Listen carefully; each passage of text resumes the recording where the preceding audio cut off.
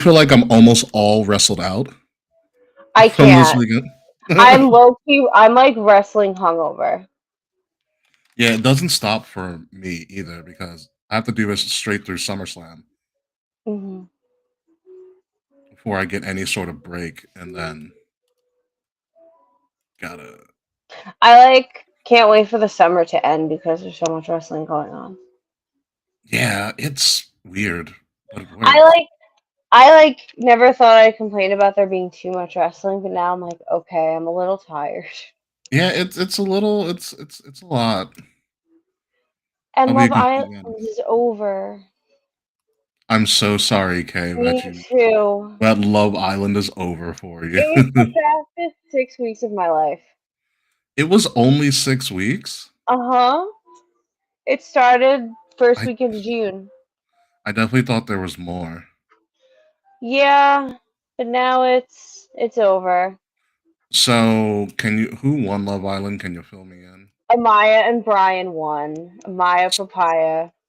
So, what did they win? So the way Love Island works is in the finale there are four couples that make the finale, and Okay. America votes throughout the show. And Okay. America's voting, depending on what the vote is for, it depends determines like who gets eliminated, uh who goes to the finale, and we also vote for who wins. So Okay. they announce like fourth place through second place, and then the couple that wins, there's $100,000 prize on the line, and there are two envelopes. So the couple's like standing on a platform, and the host gives each person in the winning couple, an envelope. One envelope has $0 in it. The other envelope has $100,000 in it. The person with the $100,000 envelope has to decide if they're going to split the money with the person that they are coupled up with, or they're going to take all the money for themselves and run. Okay. All right. So, the win. All right. Let me get this straight. So, the winning couple gets 100,000. Yes. Okay, but we don't know which of the couple of people are going to get the 100,000 because they get two Yeah. separate envelopes. Okay, So if the I was person confused for a second. so if the person decides they don't want to split the 100,000 with their partner, the other person gets nothing. And the one person that had the $100,000 takes all the money, or they split it and get 50K each. But if they're a couple, couldn't they say like, "Hey, I'm not going to split this money, but like they're going to get it anyways"? But they're like not married or anything. Like they're not legally. This show does not end with like marriage or an engagement. Like Okay, this isn't like Love Is Blind or The Bachelor, where like you're leaving with like your future spouse. Like it's half. interesting. Like it's not a, oh, you have to marry this person at the end of all of this. It's just in a romantic connection. They describe couples in the villa that are not open to exploring other connections as closed off. Some of Okay, the couples that became that like it came on the show that like met in the villa and whatever, they left the villa and are now like dating exclusively outside. Like some couples did make that distinction, what closed off means to them. Like mm-hmm. the girl that recently got kicked off for using the Asian slur, Yeah. she was closed off with somebody else. They were the only closed off couple in the house, and right before she got removed from the villa, they were having a conversation on what closed off means to them, and they Okay. talked about that for them closed off only exists in the universe of the villa. So pretty much them being like, yeah, we're not boyfriend and girlfriend like outside of this. But like that's an option. Like there are couples that are like now exclusively dating each other coming out of the show, including the winners of the show. That's an interesting concept. So it's a pretty much an every person for themselves for the 100,000, but it's under the premise of like coupling. Yes, kind of. Like the point of like the objective of the show is to find love. It's But there's money on the line. So at the end of the day, whatever couple makes it to the finale, like it's true, like their intentions are like truly revealed, because there are obviously people that go on reality TV for the money, the exposure. There's a mm-hmm. couple that allegedly was scamming the show, that they like are dating like IRL and came in Hmm. the show, and you know what I mean, like infiltrated the show in hopes of winning. They did not Yeah. win. Like everybody goes on reality shows for different reasons, and So Love it's Island does interesting. So catch it feels that. like you could game this really, because like you can. So essentially, when you're voting every week on Love Island, and no, Charles, I'm not writing this down. Why the hell would I write this down? But like, so let's say, so like, when you're voting every week, what are you voting for? The best couples to stay? It depends on what's going on that week and the show. So Okay. sometimes you vote just for your favorite boy and your favorite girl, regardless of couple. So Hmm. like I voted pretty consistently for Amaya for through most of the season because she was one of my favorite girls in the show. And like Okay. she's so genuine, like so authentic, like look up clips of her. It's like a fucking breath of fresh air, like watching her on TV. Like she's just like a nice, wholesome person that was truly there for love. But Okay. she was coupled up with Brian the last like few weeks of the show, and like if I voted for my favorite boy, I didn't have to vote for Brian or whoever she was coupled up with if I planned to vote for her. This seems like a very convoluted concept, but it somehow makes some sort of sense. It started in the UK. Like Love Island's originally a UK show. There's a US version. There's an Australian version. As always. Yeah. But pretty much it's like I don't know, Love Island to me feels like a mix of several reality shows, which is why I think I like it. Like it has like the Bachelor in Paradise aspect, like they're in a fucking tropical location.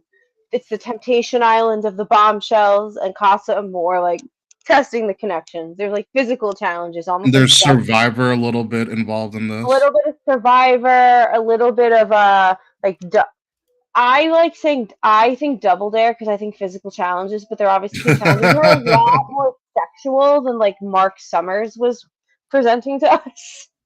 Well, Like, Mark Summers couldn't be sexual. no, not at all. Um, but it's like really fascinating, and also like they low key like they're in the villa for like almost 2 months. Like they don't know what day it is. They don't know what time it is. So there's no clocks. There's no clocks. They're filming pretty much all the time, but it's So like the it's got a show. real world aspect to it. Yeah, Real world Big Brother. yeah, but there's no like 24-hour feed like Big Brother has, like that they show Hmm. all the time or whatever. You We know the just original see. winner of Big Brother's from Long Island, right? Oh, really? Eddie. He was the I I've never seen Big Brother. I've always Oh, okay. like I like remember like my parents watched it when I was like a kid, but I just never got into it myself. Yeah, I personally knew the original Big Brother winner. He used to work at my school. Oh wow, that's crazy. Eddie was awesome. So, College Hill, Charles, you're old. I haven't thought about College Hill in a really long time. Yeah. Speaking of real quick, sidebar before we actually get into the show, did you hear about this new promotion that they're doing in Vegas? For like WWE. No. Although I Okay. did hear in Orlando, Halloween Horror Nights Oh, I is want to doing go. The Bray and Taker. Undertaker. Yeah, I low key want to go. Yeah, Wade I told us want. that. Wade popped into our Discord feed during Evolution Oh, afterwards. fun. And I was gonna tell Will this, but I can tell him a little bit later. Wade is coming up for SummerSlam. So you're Oh, gonna miss fuck it. Wade. That's so sad. Oh, I'm so sad about that. Yeah, it's hashtag But Wade cares. But yeah, you're gonna miss Wade, unfortunately, but I'll give him your regards. please do. I will Um, be frolicking and traipsing on the Jersey Shore. Wade had to crash out a little bit at the end of Evolution. Because of Naomi. No, he's a giant Jordan Grace fan, has been ever since she's been on the Indies. And Hmm. so to watch her lose, he I'm. was really I know upset. what you're talking about on the show, but I'm fucking shocked she lost. I am too. I I don't know. It's because I don't watch NXT like that often, but I am not invested in JC Jane in any way. No one really is. Oh, okay. So I'm glad I'm not. You're not alone. Okay. I don't know if I was like missing the boat on something. It still doesn't make sense to most of us how she became champion. Like it all seemed very transitional. Yeah, how long has she been the champion? Ever since Stephanie dropped, she beat Stephanie, so several months. Oh. Yeah, like it did what it did to do. Like it elevated her profile. It was like, wow, you beat Stephanie McCare, and no one saw that coming. Mhm. And now she's going to be at Slammiversary Ugh. against Masha Slamovich. I have an idea. I have a prediction, but we will talk We'll about all talk of that about it. very very soon. But no, the big thing apparently the promotion is they're doing an Uno promotion in Vegas, Okay. so Is you any might be able to play like Uno in like a casino in Vegas. like Uno the game? Yes. What did you think I was talking about? The restaurant? Honestly, it wouldn't surprise me. There's a I lot of funny videos about Uno going wrong in Vegas. I could see. I wouldn't want to play Uno in Vegas. I have to send you a really funny video that I found earlier. Oh my god, please do. I will. I'll do it after the show. I'm not. I feel like I'm not built for Vegas. Like I want to go eventually just to go, but I like in my soul know like I'm not built for that city. You don't have enough SPF for you for that city. That's the thing. I don't do well in heat. Like I like being outside, but you guys saw I did not make it last week because it was like 98 degrees out, What was and the different type of heat? You ever been in a landlocked state?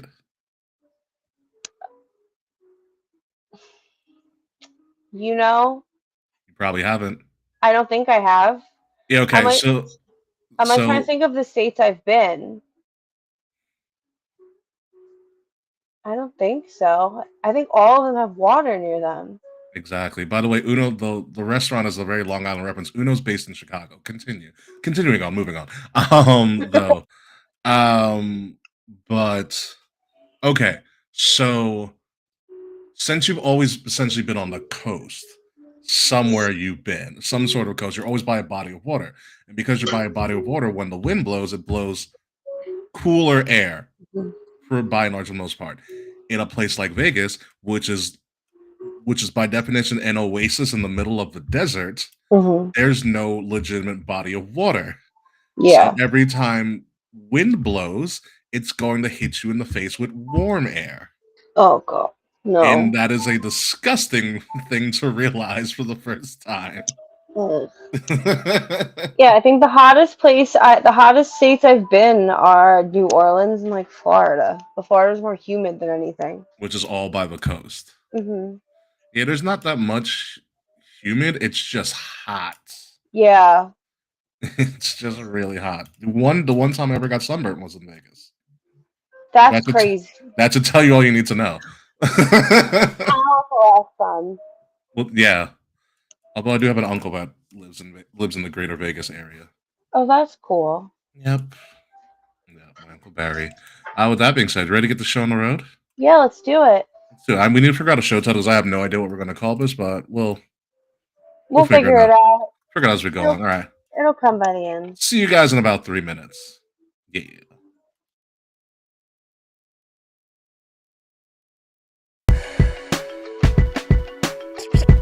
Kings of the rings of the illest. Kings of the rings of the illest.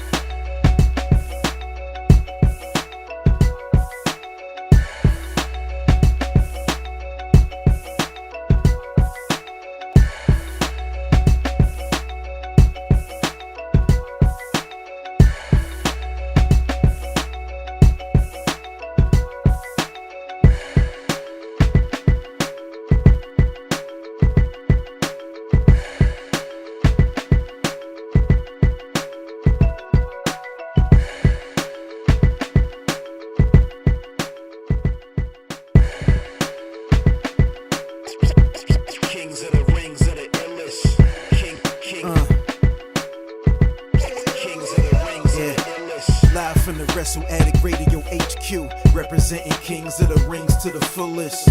King Ricky made the hot tag to Willie T, and out of nowhere like Randy is the queen bee. K-Fay brother, 400 plus in the bag like money in the bank brother. See when they pod, it's the opposite of common. Look at the comments, crowned at a certified top 10. You heard? Kings of the Rings pod. Throw up a too sweet when you see the squad. Like a chop in a, I know you feel it. Kings of the Rings are the illest. Kings of the Rings are the illest. Kings of the Rings are the illest.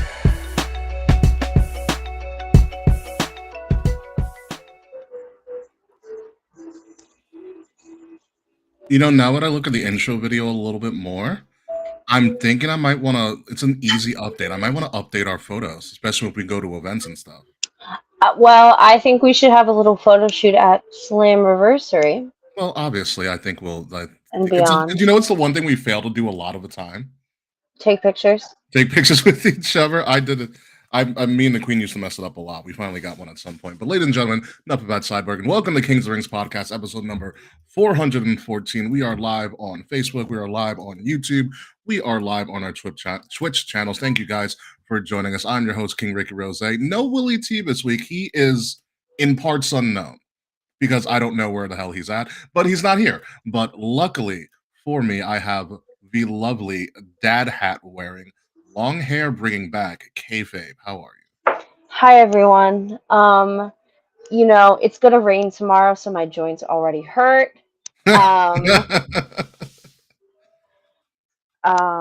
I'm so excited for Slammiversary. I'm low key having a bit of a wrestling hangover this week because we sat on the couch for many hours watching wrestling this weekend.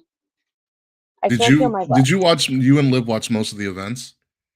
We watched, well, I watched everything except for All In. Okay. We watched Evolution live, but the thing with Evolution was Evolution aired during the Love Island finale. Oh goodness. So I watched Evolution twice because I watched live split with Love Island, and then I had to rewatch Evolution Okay. like with sound and stuff. So I was literally watching Amaya Papaya win Love Island as Evolution ended. Yes, and now In the Love Island greatest. season is over. Thank you. Everybody has left the villa, and we're still here talking about a Yay! BBW weekend of wrestling, a big, beautiful wrestling weekend. We are going to recap all of that. And for the first time ever in the history of Kings of the Rings podcast, at least since I've been on the show, which is like 9 years, we are going to preview a TNA event from start to finish because we will be at Slammiversary this upcoming weekend, and we're going to talk all about that very, very soon. But first, let's move on to the first show of our BBW weekend, which was NXT Great American Bash. Good way to start it out the weekend. Good primer. I think a shock here for me was Yoshiki Inamura actually put on a good showing against Obafemi. It was a really good meat slappy kind of match. I really enjoyed it. It was. There was nothing too crazy that actually occurred in this at all. But it was really, really good. Usually I have like the results written on the bottom, but there's too much that I didn't want to do all of that as like a running tally on the There were bottom. what, of the screen. 28 matches this weekend? 27, 28 matches at some this weekend, I believe, if I have that correct. I can pull it up here, but I mean, of all those shows, I think Great American Bash is probably the weakest show, but it didn't need Oh, to for be. sure. It didn't need to be strong at all. It just needed to No, kind of, exist. it needed to exist. It needed to really like, get the weekend going. And again, also, it was going up against AEW's All In, which, from what I've seen, and we'll talk about AEW's All In a second. I'm just trying to pull up the results here, but it's a tough task to go up against. It's essentially it's NXT. It's like your third tier essentially show in WWE, going up against AEW's premier event of a year. Yeah, it was it's hard to beat that. developmental versus WrestleMania, basically. Yeah, pretty much. And that's a That's tough hard. spot to be in. Yeah, it's a very, very tough spot to be in, but for the most part, they kind of held their own, with all the battles. I pull up the results on my phone here. Here we go, Great American Bash. Uh, so just to review, Obafemi beat Shiki Nomura. Sol Ruka retained her NXT North American Championship, obviously. Ethan Page beat Ricky Saints, and no one saw that coming. I'm so mad. No, I need to actually bitch for a second. Go ahead. NXT fucked up my predictions for the weekend, and I'm like really upset about it because I had a lot of really solid predictions that came true, and then NXT ruined my shit. So I'm probably losing to Will because of NXT. Javon, I will reveal the results at the end of all of the I stuff before we know. get to Slammiversary. Javon Evans beat Jasper Troy, which is also kind of a shocker, seeing there's a big Jasper Troy match. Granted, he did face Obafemi Hmm. several weeks ago for the NXT title. And then Jordan Grace and Blake Monroe won. And they got the main event, which I thought was very surprising. Um, which means they're really high on Blake Monroe, aka Hmm. May. And it's one of those things where I was like, I forgot how very talented Blake Monroe / Mariah May is. She's really entertaining. Yeah. I was like, wow. I was like, oh yeah, that's why they signed her, because she's really freaking good. Yeah, I mean, I don't watch AEW like I used to, so the only Mariah May exposure I really have are clips from her feud with Tony Storm, and I really liked what I saw The in Hollywood ending was NXT. a beautiful way to write her off AEW too. Yeah. The Hollywood ending was great. They did a whole thing with her and Jordan Grace last week on NXT, like a vignette of like Jordan Grace was trying to train hard, and Mariah May was like going to like a salon and getting a massage. It was kind of like strange Oh, that's bedfellows type thing. fun. She also nicknamed Jordan Grace Muscle Muffin, and I hope that sticks. Muscle Muffin? Muscle Muffin, yeah. I don't know why it's giving the same energy as Mickey James and Biscuit Butt. I don't know Oh, why. it's different. It's different. I get it. But Muscle Muffin was really, really good. And like I said, all around, AEW's not AEW, sorry, NXT's Great American Bash was a very, very decent show. Not the greatest thing in the world, but it was a very, very good show, and it did what it needed to do, which established Blake Monroe as a formidable threat. More on Hmm. that later. And moving on to what people are saying, arguably the best show of the weekend, which I'll be honest with you, I haven't watched all of it yet, but I am halfway through it for the Hmm. most part. And I'll tell you this about AEW's All In. I know you haven't watched the K. For the first time, I think, in the history of AEW, particularly with All In, it actually felt, from what I've seen so far, it actually feels like a major event. It feels like a Hmm. WrestleMania. It looks like a WrestleMania. It's presented as such, um, as a WrestleMania. And I know they did Wembley for the last couple of years, but Wembley didn't seem like a major thing. It seemed big because of the scale, because you had a massive football stadium, Yeah, you it's know. But huge in size and reputation, and the UK crowds are really fun. yeah, but it didn't for me, it didn't feel like a big deal. Like, it looked like a big deal, but I didn't Hmm. get that feeling of a big deal. Also because they were going for size of fans instead of, like, making it a spectacle. So the stage setups for All in Wembley are very minimal. Yeah. When they went to Texas, when they were in as the when they went to Texas and Globe Life, where the Texas Rangers play, that stage was beautiful. The presentation was better. Like, for instance, it really kicked in. I was like, "Oh, we're doing this like a WrestleMania," because all your big stars, from what I've seen so far, had major entrances, major pyro. Yeah. Like, they actually really played into the showmanship of an event, like making it a spectacle. Like, Will Ospreay came out to with a bunch of ninjas who were cosplaying for like Assassin's Creed. You That's know, really cool. And it wasn't like sponsored by Assassin's Creed or anything. Like it wasn't like a no, it gimmick. was sponsored by Assassin's Creed. Like, if Assassin's Creed ever stops making games, Will Ospreay's lost his gimmick. Okay, he has lost his money train. Swerve had the widow of Bray Wyatt, JoJo Offerman, sing him out That I saw. It was to the beautiful. ring. The Young Bucks freaking rode in on like a wooden boat, like they were I crossing also the saw Delaware. the fucking founding fathers. This isn't Hamilton. You're not Lin-Manuel Miranda. Go home, Young Bucks. You know, like those are all the entries I've seen so far. I haven't seen the rest of it yet. I know all the results from it. There are some shockers. Obviously, Adam Cole essentially gave a speech saying he's injured and he doesn't know if he's ever going to Oh, return to wrestling. that's so And sad. I watched that thing. I got to that part. I watched that, and it was he is legitimately very concerned about if he'll ever return. Like he it was a real it took him a really long time to get through what he needed to say. Do we know what's going on with Adam Cole? Because He hasn't disclosed anything.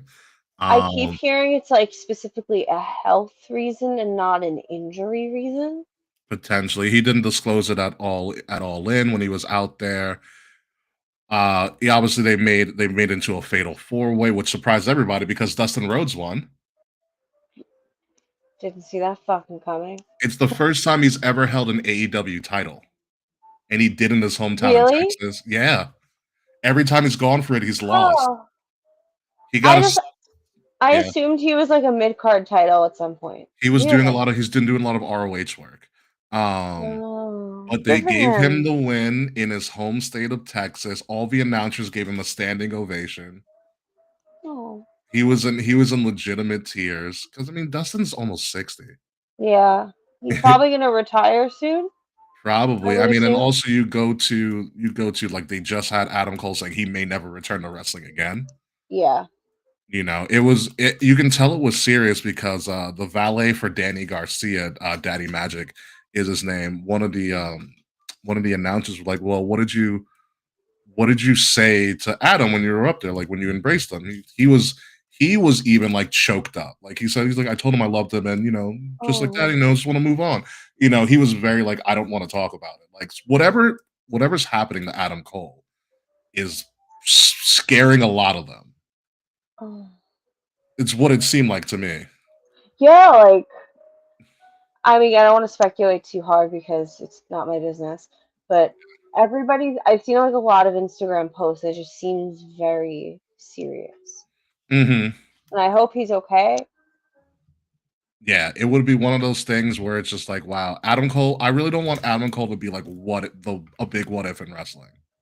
Oh, for sure.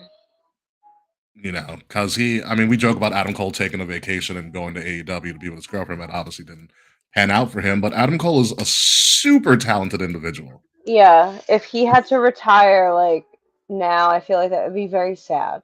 And I hope Hmm. he's able to like contribute to the business in some way The big thing he said, if he's he ever wants since to. he was 9, he's only thing he's ever wanted to do was wrestle. Yeah. So it's heartbreaking. You can see it in when O'Reilly and Roddy Strong came out to embrace him. Oh, Yeah, it's and oh, Roddy I had love just come off Adam Cole. Roddy just had come off doing a match too, and he came back out. Damn. Yeah, he did the Casino Gauntlet, which he lost his MJF won the Casino Gauntlet. Things like that. Okada beat Omega. Tony surprisingly beat Mercedes. Hangman is now the AEW World Champion. We finally got the belt back. Yay. Swerve and Osprey beat the Bucks, so it means the Bucks in storyline are no longer the EVPs. Oh, thank God. That's incredible. Wow. I love that so much. Athena won the Casino Gauntlet. Wow, Hurt I love being Syndicate right. won. The Ops beat the Death Riders in the trios match. And then you know, and there was a third 0 hour match which we didn't do, but overall, from what I've heard, it's one of the best matches. It's one of the best AEW shows. Might be the best AEW show ever. High praise for Tony and Mercedes because the theme of the weekend is the women just wrestle better. Hell Apparently, um, you know, high praise for Hangman and Mox, and pretty much everybody that you see on the screen here: Mercedes, Tony, Hangman, Mox, Okada, Omega were the highlights as they should be yeah. Hmm. for the level of the matches that they had. So it seemed like they hit on all cylinders, and good for them because wrestling's hitting on all cylinders, even in TNA. But we will get to that when we talk a little bit more about Slammiversary. But moving on to what ended Saturday night, which was Saturday night's main event, aka Oh. Goldberg's retirement match. I have so much to say about Goldberg. Go off on it. Well, let me do the results first, at least. Okay. Obviously, To everyone's somewhat surprise, not mine because I picked Gunther to win, but Gunther beat Goldberg. You had Solo beating Jimmy, which Big Jim, as I like to call him. I don't want to call him Jim anymore. I just want to call him Big Jim. Big Jim. I like Stay on that. that. And Randy beat Drew McIntyre, but that wasn't really the story. The story is Jelly Roll can take a Claymore rather well. Yeah, I'm surprised. Which is leading to the match no one wants to see at SummerSlam, but it's happening anyway. Ugh, Jelly Roll and Randy versus Logan and Drew. And I will it's say this. horrible. I will say this. Whoever wrote Logan Paul's little rant about Jelly Roll, I was like, that's beautiful. It was What beautiful transparency. I don't remember what he said. He was talking about we're tired of seeing outsiders come into wrestling and don't take the business seriously. Bro, you're literally an I outsider. was like, it's not calling the kettle black. Literally. Which makes I don't like Logan Paul as a person, but at least he has a sensible sense of humor that he was able to just rant about that. Oh yeah. It's clearly about him. Yeah. And I hate saying it. Logan Paul can wrestle. I just think he's an asshole. Oh yeah, he's a big douche. I've had that confirmed by multiple people that he's a douche canoose. But yeah, and then Goldberg retired, and I will say the jackhammer was fine. The spear was fine. The match went longer than I thought it was going to go. There's like 4 Goldberg matches in one. Yeah. But that's also due to the fact that Seth Rollins is legit injured. Yeah. Like legit injured. And Sad day in our house. It's the same freaking knee. It's the same knee. And I know there's people who I was talking to, they're like, well, is he really injured? I was like, that looks legit.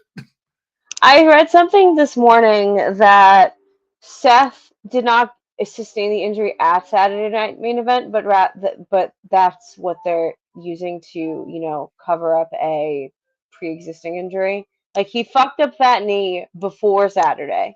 Don't know how, but he did. Apparently, this was to get him off TV with the knee. It didn't seem like it from everything. Like a couple things cued me into that this wasn't the plan. Mm-hmm. Oh, definitely not. Really choppy. Yeah, it was really choppy. Seth had the same reaction that Liv did when she got injured. Mm-hmm. Of like going in the corner and don't touch me. Mm-hmm. Rep Jess was very visibly holding her waist because she was communicating with Gorilla. Mm-hmm. And it seemed like a rush finish because LA Knight hit the BFT real quick and just got out the ring. I was like, oh, yeah. This is bad. Like, this is bad. I think he got an MRI. The rumor has he's going to be out 4 to 5 months because this is what happens to Seth, and this same reoccurring knee that he blew out years ago, that he tore his like MCL or whatever before Mania 40, and now this is happening again for the 3rd time. Yeah, I think his knee's cursed. Yeah, it's pretty bad. He's another one that I'm wondering, like, is he gonna be like, is he like Adam Cole gonna possibly like end his career a lot sooner than he might want to because of he blows out his knee every few years. Yeah, I do not believe it is a work whatsoever, but we'll have to determine that at SummerSlam. But I do not believe it is a work whatsoever. Also, hello, Chef Will Gray. Not Dr. Murderface like I usually go with. But I like Chef Will. Yeah. Yeah, make sure you subscribe to us on YouTube, Chef Will Gray. Whoever you are and whoever you may be. And everything. You might be a chef by trade, but I believe you are a mark by choice. But yes, Kay, go off on the end of Saturday night's main event and the retirement of Goldberg. So I'm not even mad that he lost because whatever. That's fine. They pulled off his fucking retirement speech. Yeah, he went 10 minutes apparently, and they released it afterwards. I saw the speech after the fact, and like I understand that Goldberg's not like as special, I would say, to like a lot of people than people like Hogan, The Rock, Stone Cold. But I still feel like he deserved more than getting cut off like 10 seconds into his speech. Like when I was watching, my feed cut out after the match. It came back onto his speech. He talked for like a few seconds and then it cut out again and it was done. And I Yeah, think he should have like they should have at least let him fucking like finish the speech.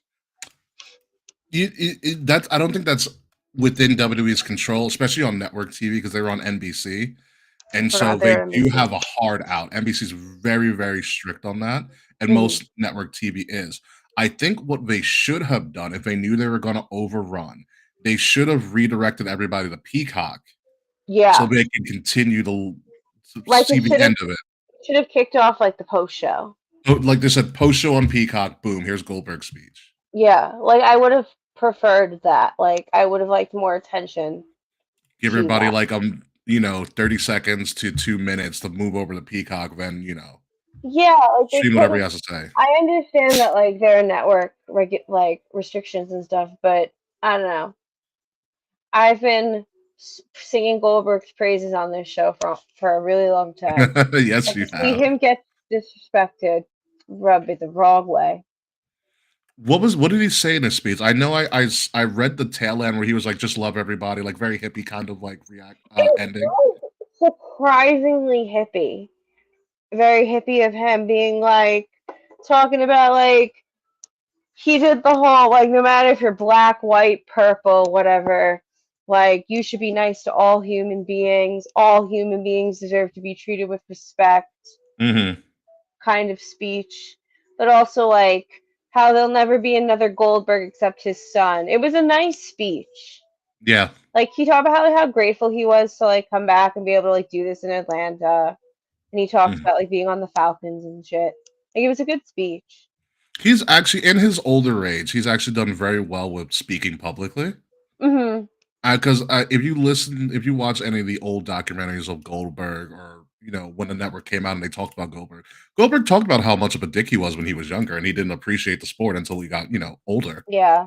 and stuff like that. And I think it showed when he first came back in like the 2018 run, Hmm. 2018 run ish. Because you saw he was very visibly like he loves kids. Like he, Yeah. you know, It's really wholesome to watch actually. hmm and Like then you see he his. gives grandpa energy. He does. He Like, really does. He does give grandpa energy. Obviously his son is now a D1 athlete. Gage uh-huh. is huge now. He's Um, so big. I couldn't get over it. yeah, he's Gage is huge. He's going to University of Colorado to play football for Deion Sanders, which is a wild thing to think about, but that's what's That happening. is wild. Do you think he'll wrestle? No, he's playing football. No, I mean, but in the future. Oh, afterwards, it's Yeah. highly there. He's going to get looks if football doesn't Hmm. work out. He's the ring's right there. It's, Like I could see him like hopping into like some like the WWE like the ID program or whatever new Or it'd be program they have. NIL for him. NIL. That's right, the Hmm. athletes. Yeah, so we'll see. But yeah, Goldberg's done. We don't have to worry about Goldberg going to SummerSlam. He's officially retired. So, Mm. and he had Doug Dillinger walk him out, which is kind of cool. Yeah, definitely a Very nice throwback. yes. And then at the end of the weekend, it was our greatest. Here come the women. Evolution 2 happened Sunday night, July 13th.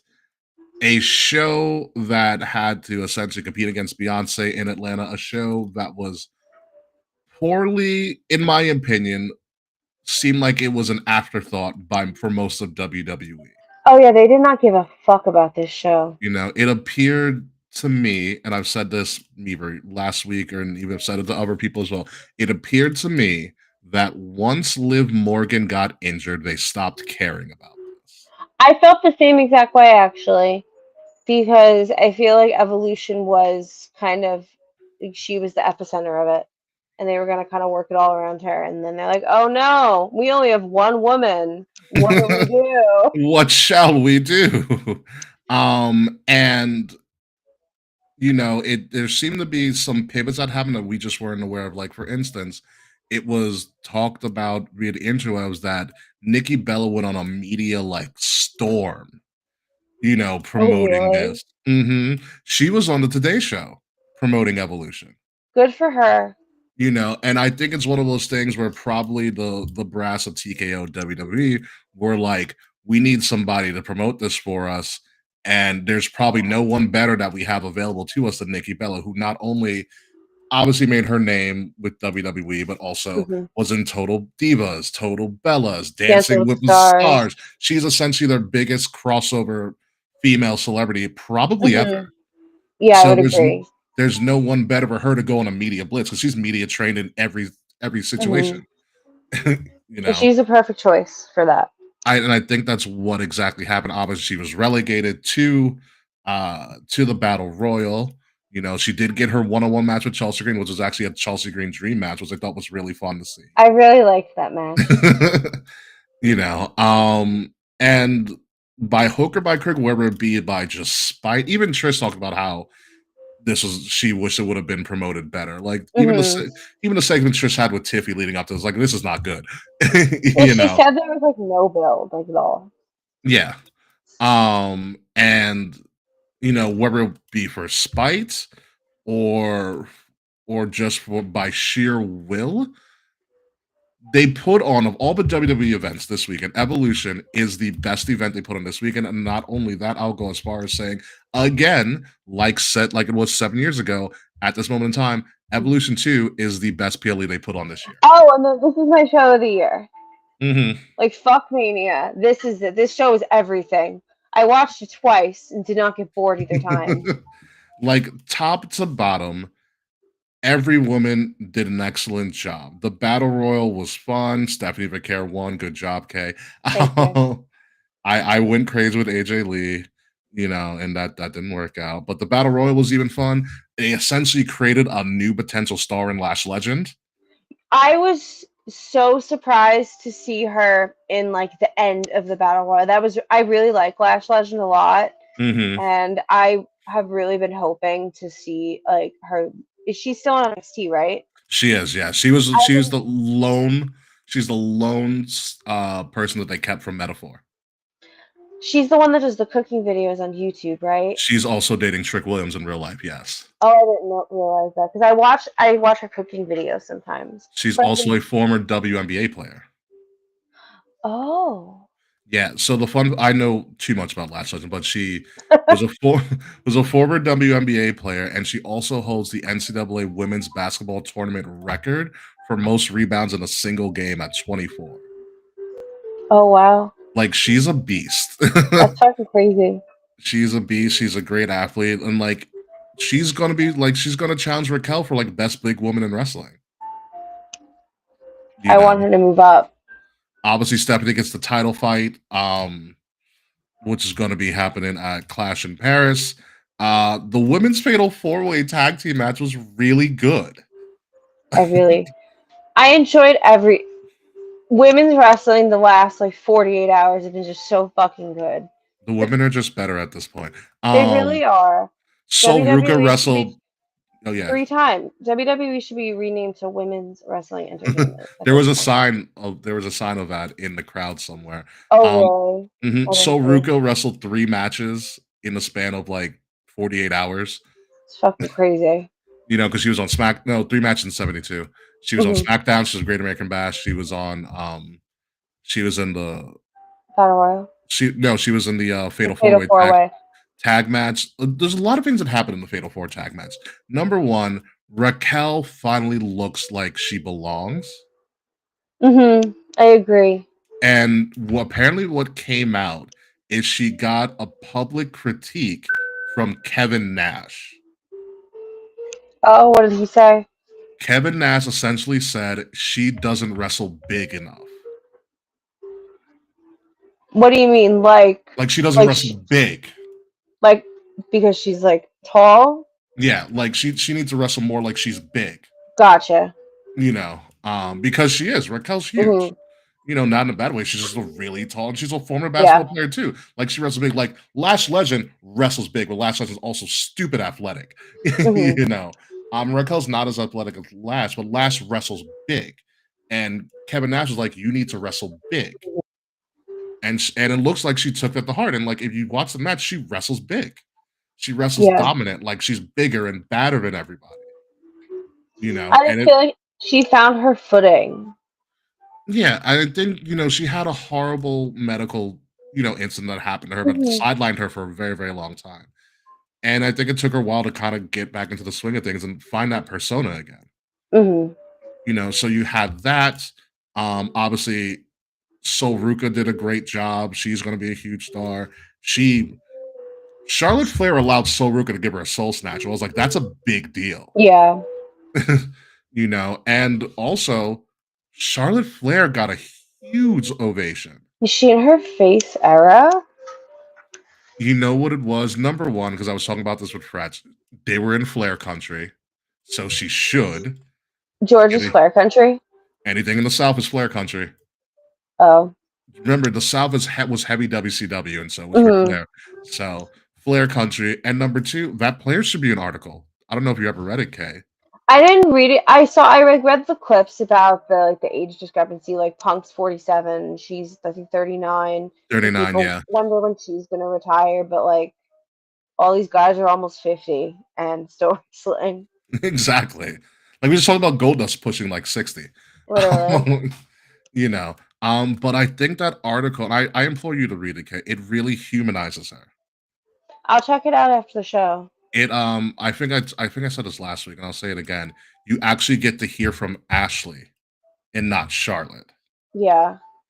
And I think that made a big impact on her. Hmm. On the fans, not on her, sorry, on the fans. And I mean the same thing happened with the Briscoes. Like the Players Tribune did a YouTube and an article about Jay and Mark Briscoe and their relationship Hmm. that just came out this weekend as well, which Oh, I haven't I I haven't didn't got a see that. chance to see it or watch it yet, but it is going to be on my list.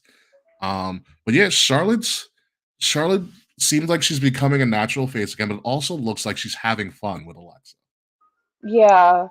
They seem to like get along really well. They have great chemistry. I like Hmm. them wrestling together. Yeah, And they don't feel like strange bedfellows. I can't explain it. Like, they don't at all. And I think Charlotte's just learning to have fun. Like the article that she wrote it was called How Can I Be Charlotte Flair Today? oh, I like that. And she talks about, what she has to go through to be this person that Mhm. she's not naturally. And she goes into a lot of things. She talks about Reed. And it's Mhm. very sad to hear her talk about Reed. Or to Oh. read, yeah. And stuff. But it's very nice. And like I wish I would see it makes you be like, oh, I wish I could see, more of Ashley. And I think a lot of people respected her for her coming out and saying all the things she did. Uh, Yeah. moving on with Evolution, I thought Trish had it for a hot second. Me too. I wouldn't have been mad about it, but it was really, really, really close. It was just such a good fucking show. It was good. I thought Trish had it for a second. Tiffany's probably the right one, although Tiffany's reign, I think, is going to come to an end sooner rather than later. Yeah, I think Um, for SummerSlam she's done. But Blake Monroe turned, and I didn't think it was going to happen on Evolution.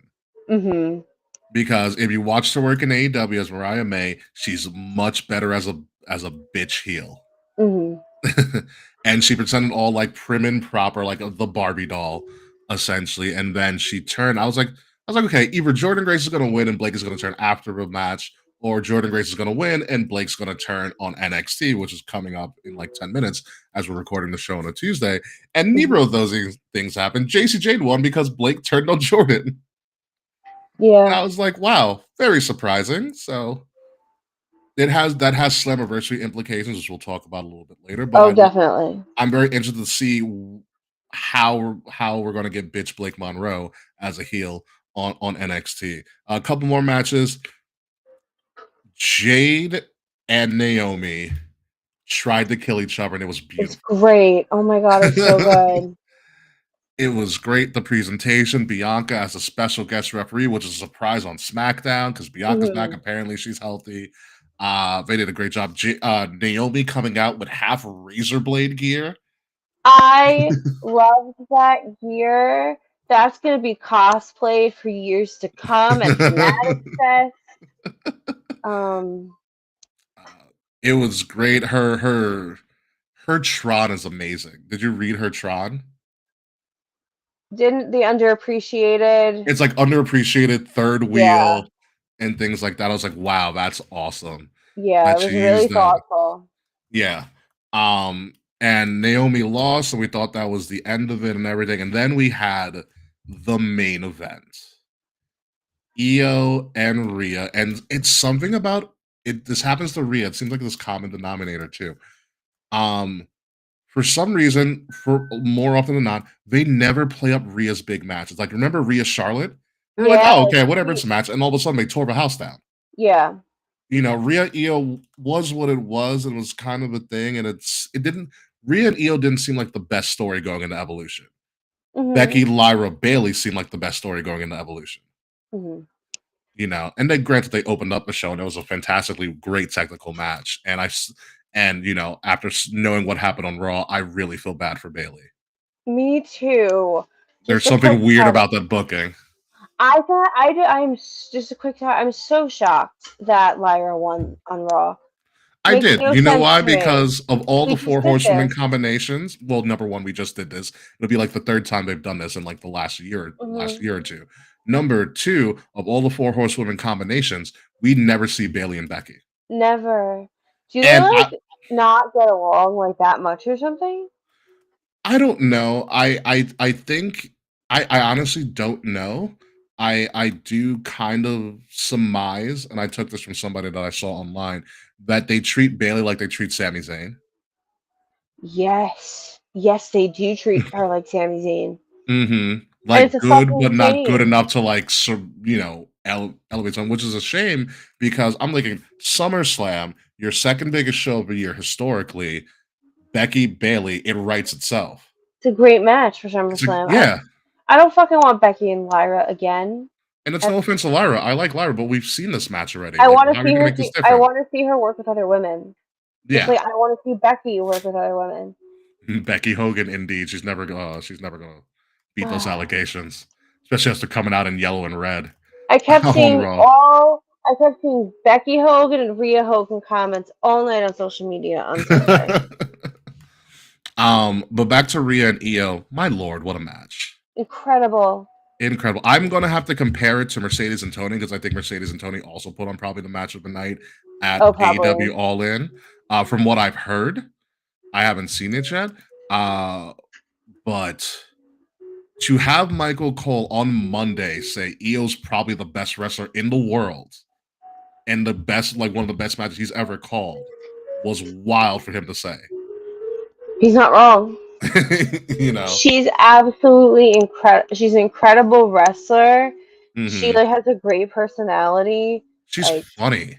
She's really funny. I don't think she intends to be funny either. I think she just is. Mm-hmm. Because I think that's just her personality. And they were putting on a banger, and then they were just going everywhere, doing everything, diving off half the arena. And I was like, I don't know when this match is going to end.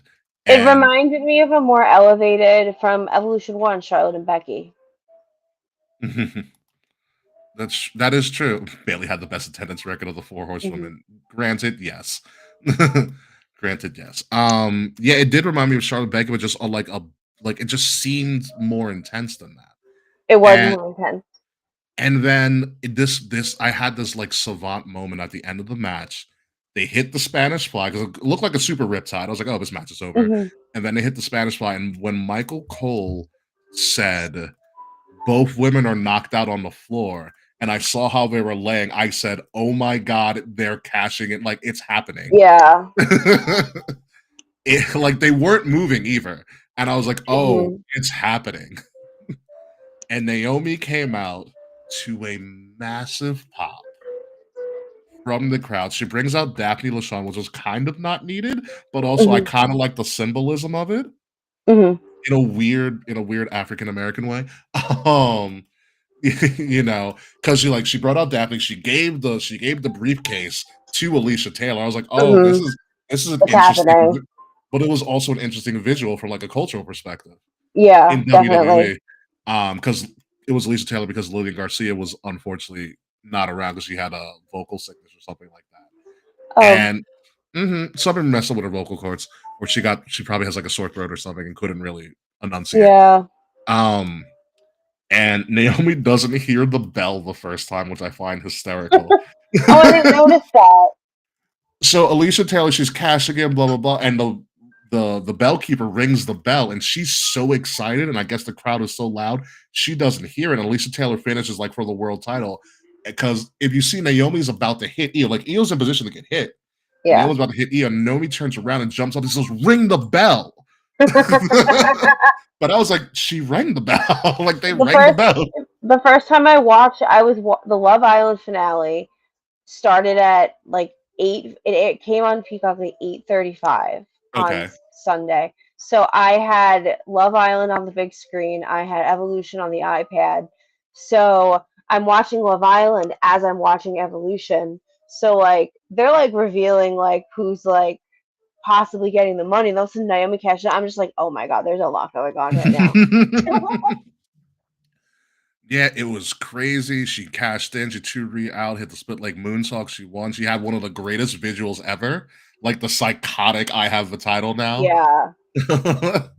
like face. And I found it so poetic that they did it in Atlanta, where Triple H infamously had one of the worst press conferences ever after Bad Blood.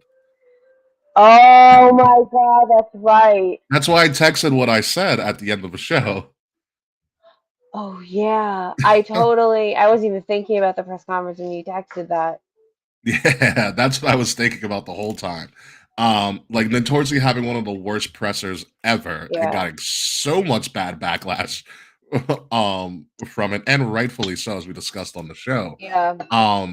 That it seemed very poetic to do what they did in Atlanta with all of that cultural perspective, Hmm. to play on. And and it's a good start, Trips. Gonna need more. And Evolution, praised by everybody. I don't know if you watched the post show. Biggie, Not yet. the post show's fantastic. Nothing but praise. Biggie has a great speech about Evolution. Jackie Oh, Redmond was blown away, which I thought was really. Joe Tessitore is just freaking phenomenal. I love Joe Tessitore. I do too. He's so good. He reminds me of Morrow a lot. He does. He does. Joe Tessitore. I know Joe Tessitore because he does college football for ESPN. Oh, okay. So when like I heard they got Joe Tessitore, like, oh, we're in good shape. I love his commentary. He's great. He's good. He's articulate. He's very like he doesn't rush things. And he's very expressive, which I like. He's got a great vocabulary. Hmm. He's got a great vocabulary. But yeah, the post show is nothing but praise for it. It's really good to hear, and it's really good to hear Biggie really pushing for this. Yeah, it's important. Like hmm I hope that WWE like does this more frequently. So Like, that question was posed to Trips, oh god, and so essentially what he said was, "We shall see." girl. And he's like, "It depends on demand and what it's good." So he said, "We shall see." Essentially, I know what Trips is saying, but this is also something that falls on Trips's lap. So he Hmm. was like, essentially, from what I got from it, was like, we shouldn't need to do this because we should book our show better. But who books the show, Trips? You You. Yeah, book more women. exactly. Like it's a total problem that he could fix if he wanted to.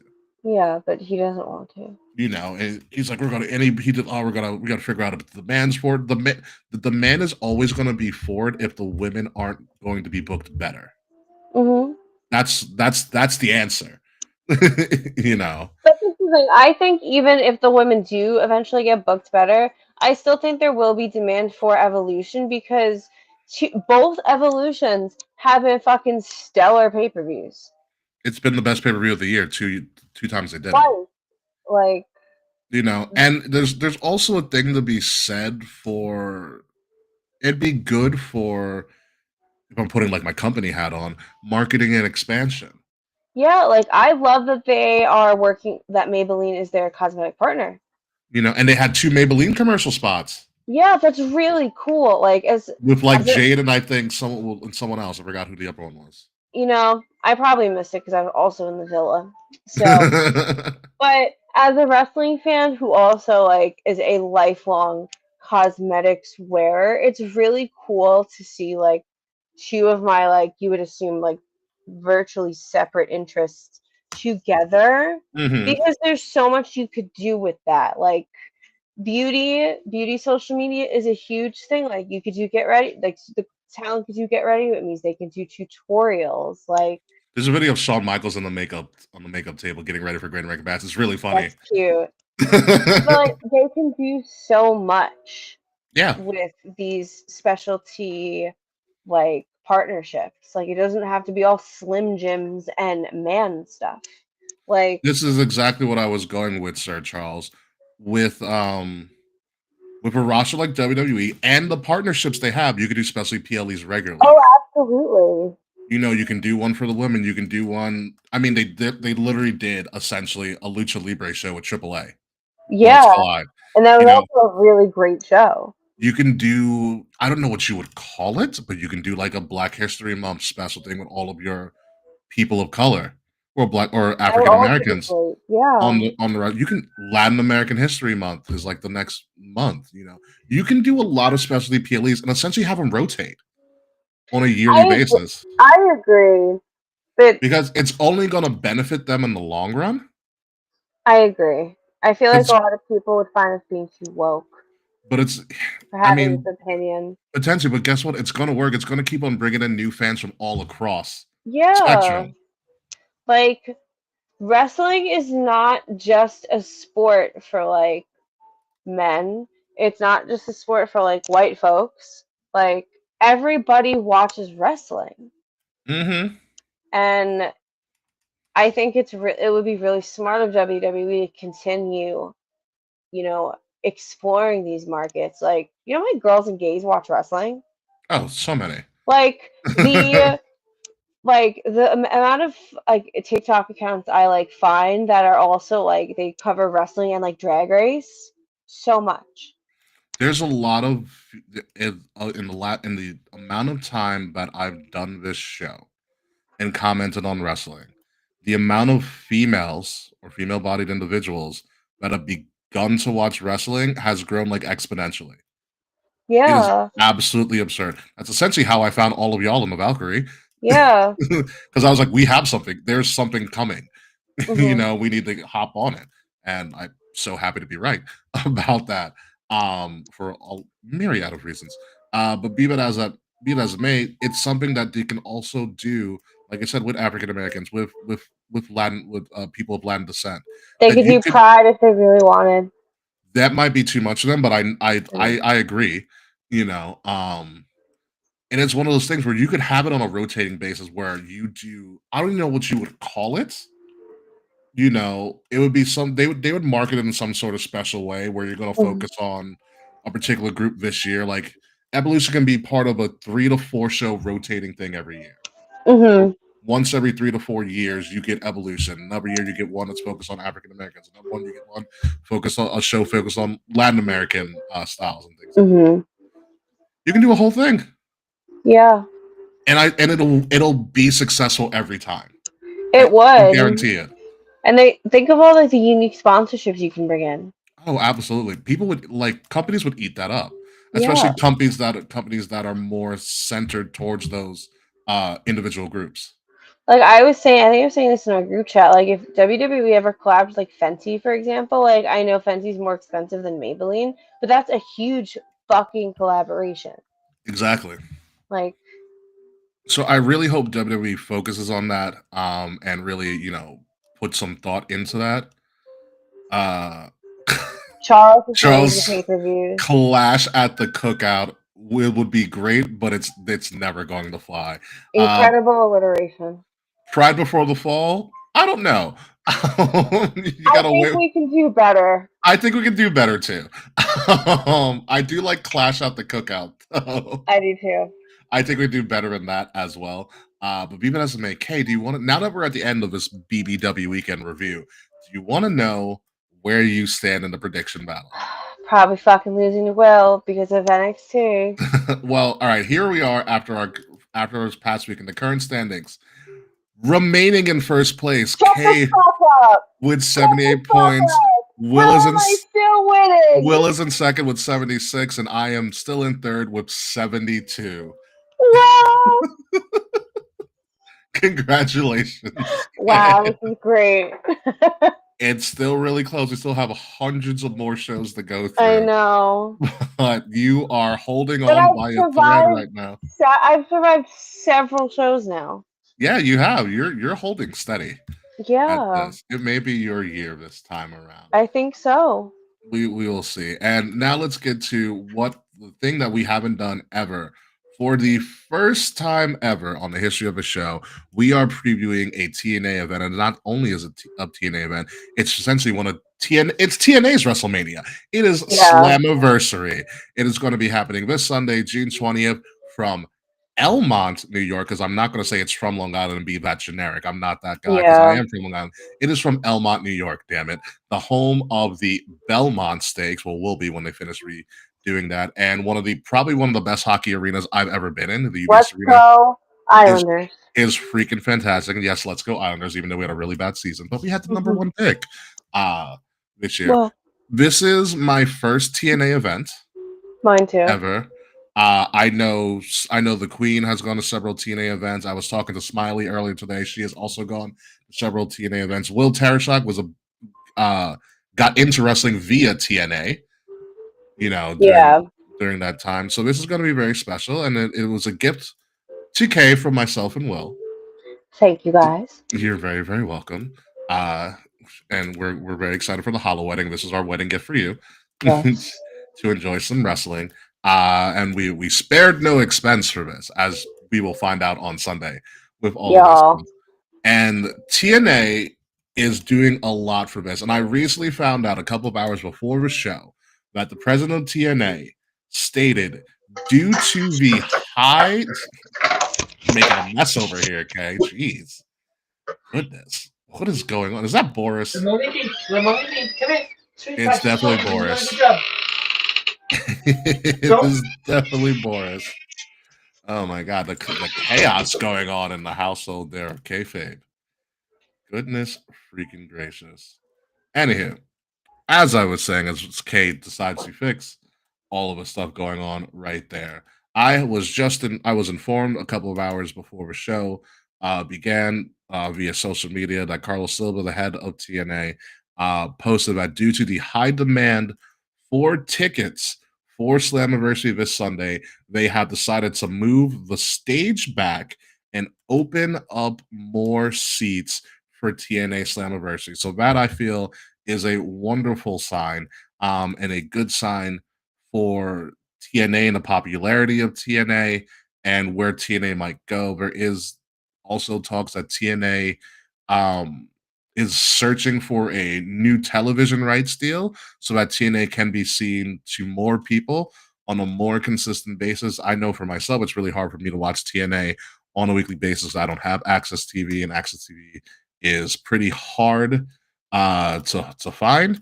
But the fact that the demand for TNA is so high for this show for Slammiversary that they decided to move the stage back to open up more Ooh. seats. Yeah, that was the big thing. Like when I sent that to you guys in Discord, it's not the fact that they opened up more seats. They decided to move the stage back so that they could open up more seats. Yeah, That's fucking crazy. yeah. So I'm very excited for this event now. I think it's gonna be crazy, and I think we're gonna have a really great time. Yes. And the marketing has been crazy. They've been doing a lot of. They showed up at City Field and did the first Yes. pitch. I was there. They've done a lot of local. They've done a lot of local marketing in the New York, Long Island area, and this Saturday before, they are doing a charity softball game at Calhoun High School, okay, in Merrick, New York. They're literally doing a tour Mm-hmm. of New York. They were in Times Square the other day. Yeah. Like, I'm half expecting to run. They did Subway Mania. They did. The Hardys showed up at Subway Mania. Yes. Like the fact that there's a very good chance that I could run into them like at any given moment is insane. Fretz, I would definitely enjoy that if you would. I would love to, so I can watch it a little bit more regularly. And they were so funny at the Mets game too. Like, so the Mets they started doing this year the 5-borough mascot race. So every borough has a mascot. Awesome. So the Bronx is what are they? I think they're a camel and they have like a dirty tank top on. They've never won. They are not allowed to. The Bronx does not win. Like Queens doesn't win every time, but the Bronx does not win. So during the mascot race, the Bronx is winning. They're about to win. All of a sudden, a mascot, like a different random mascot, comes out and fucking hits the Bronx with a metal chair, and then That's you see it. horrible. And then the Hardy Boys beat the shit out of the Bronx Camel after the race. That's amazing It because was you guys just so hate the good. Bronx. That's funny. All right, so I want to Yeah. read you the press release from TNA Wrestling. This is going to be the first ever slamming softball classic with already announced people to be there: Jeff and Matt Hardy, Joe Hendry, the Valkyries' favorite, Nick Nemeth, Oh my god. Steve Macklin, Mustafa Ali, one of my favorite people that I had a conversation with at WrestleCon a couple years ago, Top Dollar AJ Francis, and everybody's hated person in the world, Tessa Blanchard, among the stars taking True. the field in the first ever TNA's first ever softball game. It's gonna the stars of TNA Wrestling unite on the softball field for the inaugural TNA Slamming Softball Classic, challenging the coaching staff of the Merrick Belmore Little League Association in New York. 7 inning game to benefit Merrick Belmore Little League will be held on Saturday, July 19th, Calhoun High School in Merrick. First pitch scheduled for 5 p.m. Frankie Kazarian and Brian Myers This is so Long Island. have been named Jesus Christ. the TNA coaches for the game, which will include appearances by most of the TNA roster the night before Slammiversary. The TNA softball roster is loaded, including the Hardys, Hendry, Eddie Edwards, Nick Nemeth, Ryan Nemeth as well, AJ Francis, Mustafa Ali, Zachary Wentz, and Trey Miguel of the Rascals. Oh, Ooh. Jason Hodge, John Schuyler, which you probably don't know, but they're in Mustafa's faction, among others in the addition. TNA will be represented by represented on the diamond by the Diamond Tessa Blanchard, Zaya Brookside, who is Oh, I Robbie forgot Brookside's daughter, about her. Alicia Edwards, Ash by Elegance, formerly known as Dana Brooke, and Heather by Elegance, as they are of the Elegance brand. Admission to the game is only $20. Oh. All proceeds will be donated to the Merrick Belmore Little League, and after the game, many of the TNA stars will participate in a meet and greet. Yes. They're literally going to be everywhere. The tickets are on Eventbrite.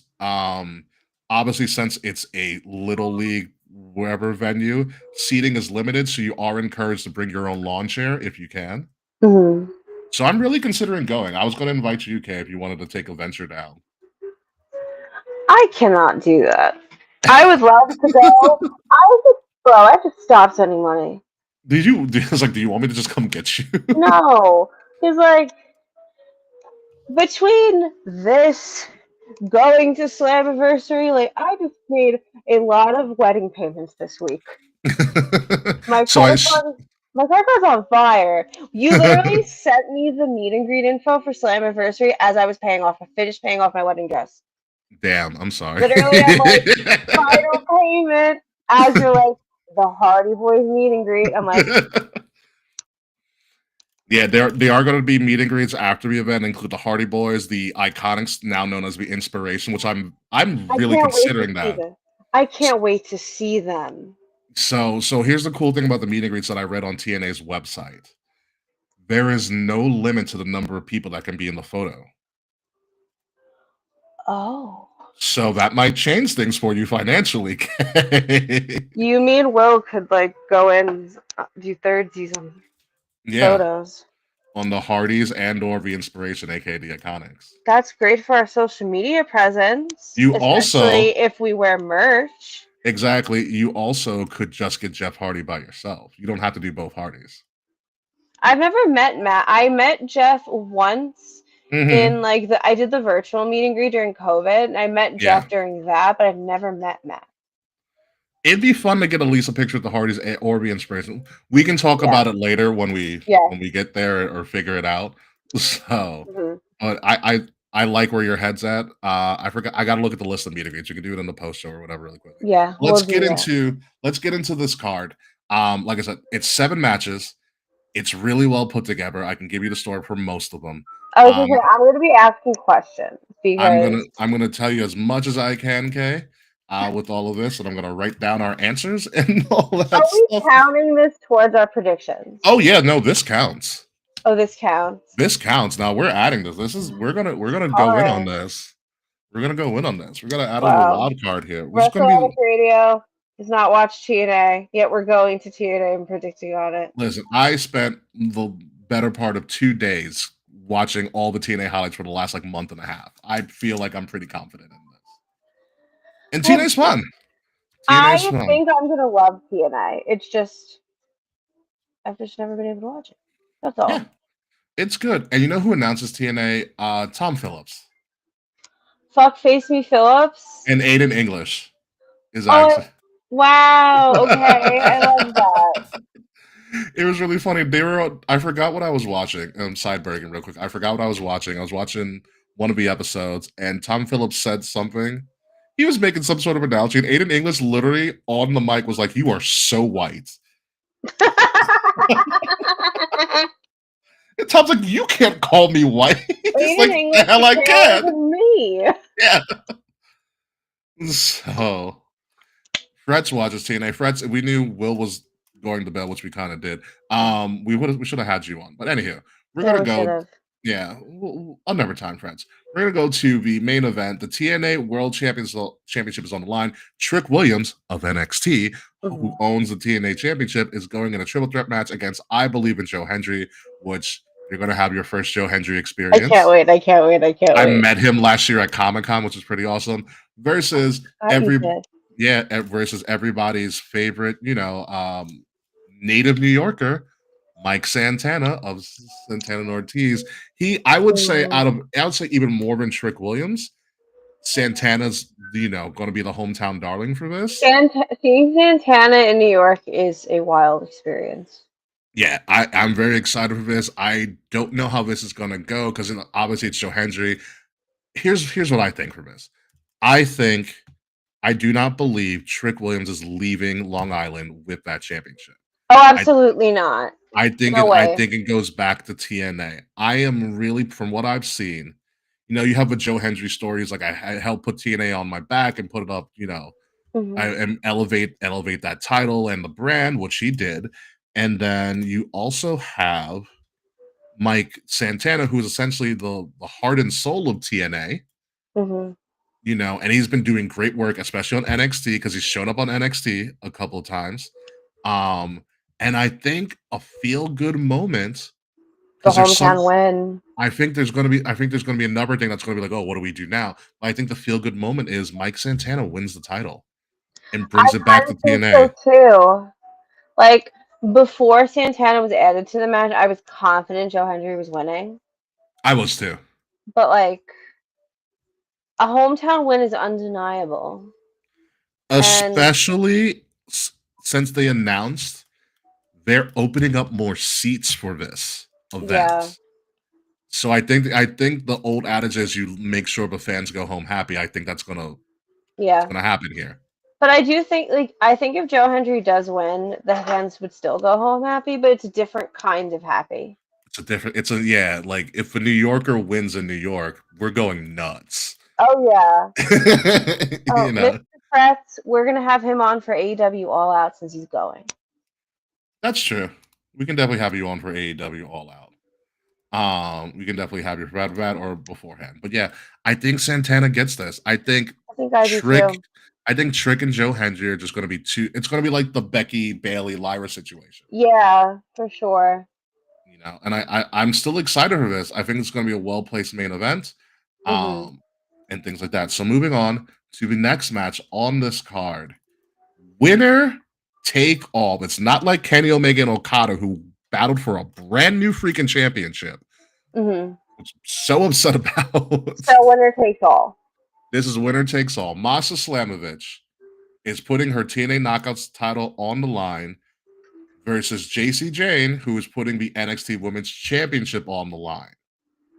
Okay. JC Jane is going to be with Fatal Influence, which is Fallon Henley and Jasmine Nix. Masha Slamovich is going to be with Zaya Brookside and Li Ying Lee. You know her better as Zia Lee. Oh shit. Yes. As so they're going to have their groups with them as well. Here's what I think is going to happen. I think they're going to want to have Santana or someone from TNA, Santana or Joe Hendry, win that title because I truly believe that they are going that at one moment in the night, JC Jane is taking that knockouts championship and becoming a double champion. So at a moment in time during Slammiversary, NXT is going to have the two biggest belts from TNA in the hands of NXT superstars. And then Santana wins it in the main event. I think they're going to create that chaos. I am like, listen, I think Slamovich is the 10 times better wrestler. But I think for I agree. Like, it Yeah. logically makes more sense for Masha to win, but like, I understand not having the TNA champion sweep the NXT ones. Like, you have to have the WWE has to win something. And is this the only other WWE match? Yes. Yeah, then JC Jane has to win. I think I want them to create that chaos. But I don't know. I'm hoping that something better for Jordan Grace is coming because I would much rather see Masha versus Jordan. Which is funny because the person who beat Jordan for the Knockout Championship was Masha Slamovich. Masha Slamovich has held the title since she retired Jordan, essentially. So I thought there was a story there, but we're going with something completely different. Yeah. And again, I also wouldn't be surprised if Jordan Grace shows up and screws over JC. Fretz just said Masha versus Natty at Bloodsport SummerSlam. That's fucking sick, actually. Masha versus Natty is happening at Bloodsport SummerSlam weekend. That was, that was announced. Fretz also says, what is it? JC Jane has been kind of called the most beatable title holder because she is. Her winning this would make her undeniable. Yeah, so it gives her credence and credibility. And if we're going by the logic of Masha is already booked for SummerSlam weekend, she can drop. Yeah, that makes sense. So are you going with JC as well? I am. Oh, cool. All right. We'll get Will's stuff later. To the match. Let's move on to the match that is going to have Kay screaming the entire time. The TNA tag team titles are on the line in a fatal 4-way ladder match. The Hardys are winning. Next. Can I cue it up at least, Kay? Jesus. I suppose. Yes. The Hardys versus First Class, which is AJ Francis. So that's another WWE person. AJ Francis and Casey Navarro, known as First Class, versus, again, the Valkyries' favorite wrestler. I don't know why. Nick Nemeth and his brother Ryan Nemeth, the TNA World Tag Team Champions, versus the Rascals, Trey Miguel and Zachary Wentz. I expect chaos. It's gonna be so good. Oh my god! Match. I might have to wear eardrums because I feel like Kay is going to scream their face off. Yeah. This is my first time seeing the Hardy Boys in a ladder match live. Oh, you've never seen it before. I've seen Jeff do ladder matches. I haven't seen both of them in a ladder match. See, I was there with Dave at 33 when they had the surprise return and did the ladder match. Yeah, they're fun. It's just gonna be like a. It's gonna be a fever dream. Experience. Oh yeah, I can't wait. I'm so excited. Yeah, I don't know with this. Like I could see First Class winning. I don't think the Nemeth, but actually the way it might pan out, the Nemeths might douchily find a way to win. Like I don't know. I think the Hardys have also they've been all over New York. They have. Like literally my entire social media feed is just I keep seeing the Hardy Boys in Times Square, the Hardy Boys at Subway Mania, the Hardy Boys at the Mets game, like the Hardy Boys are everywhere. Yeah. And like if this is like TNA's like Mania event, like if they're expanding, like you were saying earlier, they're like moving the stage. Like I don't know, but I'm also biased because it's the Hardy Boys. Yeah, you're very biased. I'm really biased towards them, but I think they're the most exciting winner. They are. I mean, Fretz makes a good point. First Class could get the upset here because First Class, why? Explain. AJ Francis and Casey Navarro have been partnered on NXT and TNA TV with Trick Williams. So it's kind of his little TNA faction that's helping protect him. So there is a possibility that First Class steals this. AJ Francis is doing fantastic work. And I'll always shout out the guy. I think he does great stuff. He's doing great work. He had a 20-minute street fight with Mike Santana a couple weeks ago, Oh, that's fucking cool. and it was really good. It was really good. The Rascals can always win it as well because nobody's really thinking about them because they're kind of just Hmm. always there. Wes Lee could show up, the former Rascal, and Oh yeah. screw them over. Like this match has chaos written all over it in the best way possible. Hmm. Um, and you're going with the Hardys as a contrarian, just for the sake of this. I don't know, and Hmm. I think everything is under it. I'm actually gonna go with the Rascals. It's kind of like a dark horse, which is kind of weird to say. Okay, that's a fun pick. Yeah, I'm gonna go with the Rascals. I don't want to pick the Nemesis, even though, like, logically, I think the Nemesis could just be douchey and steal it, but it is a possibility for them as well. Moving along to the match that's going to blow everybody's mind Oh, this is here. gonna eat. Moose, who has called himself the greatest TNA X Division champion ever, going up against 20-year-old Leon Slater. Okay, I watched the TNA put a little retrospective on him, a little bio. He's Hmm. from the UK. He's the child of essentially a single mom because he's like, I remember the day that my father left us. Mm, You know, he has been wrestling since 9. damn. And he credits his mom for driving him everywhere, doing all these shows, going to Oh, practice, everything. Like he's very much he loves his mother and his little sister. That's what he does it for. He even talked about, I missed a couple. He's like, I did miss a lot of things as a kid. Like I didn't go to like the house parties as I was wrestling and things like that. But he oh. said this is everything I've ever wanted to do. Um, he is he's like their Javon Evans, but I think I love more Javon Evans. talented. I will tell you, he pulled off his move in like a giant multi-man tag match during one of the weekends in Impact. He has a finisher, but I don't think Ricochet can even pull off. Really? I don't want you to see it. I don't want you to see it until the show, but I'm going to tell you Okay. what it is. It's a Swanton 450. Girl. Yeah. That's wild. Ooh, I'm excited to see. Wait till you see it. you know. I have no faith in Moose. I know this is like Will's favorite TNA wrestler ever, but I have no faith Yeah, in Moose. all I really know about Moose is that Will loves him. Yeah. That's all I know about him. I hung out So, with like, Moose once in a past life, but mhm. I have no faith in Moose on this. Leon Slater all the way for this for me. You think so? I think so. How long has Moose been the champion? A long time. I don't know the actual stats. Fred says I'm going with Slater here. He's been built great and Buddy, and the Hardys gave him props. Matt was like, I want to call you Leon Hardy Slater or Leon Slater Hardy. Oh, I think I'll go with Leon too. Yeah. So I'm pulling for Leon. He has a great story. Like so TNA did a couple of shows in early May in Canada. They also had like Border Wars. The Queen was there. And because of Jeff's history, he's not allowed in the North. Yeah.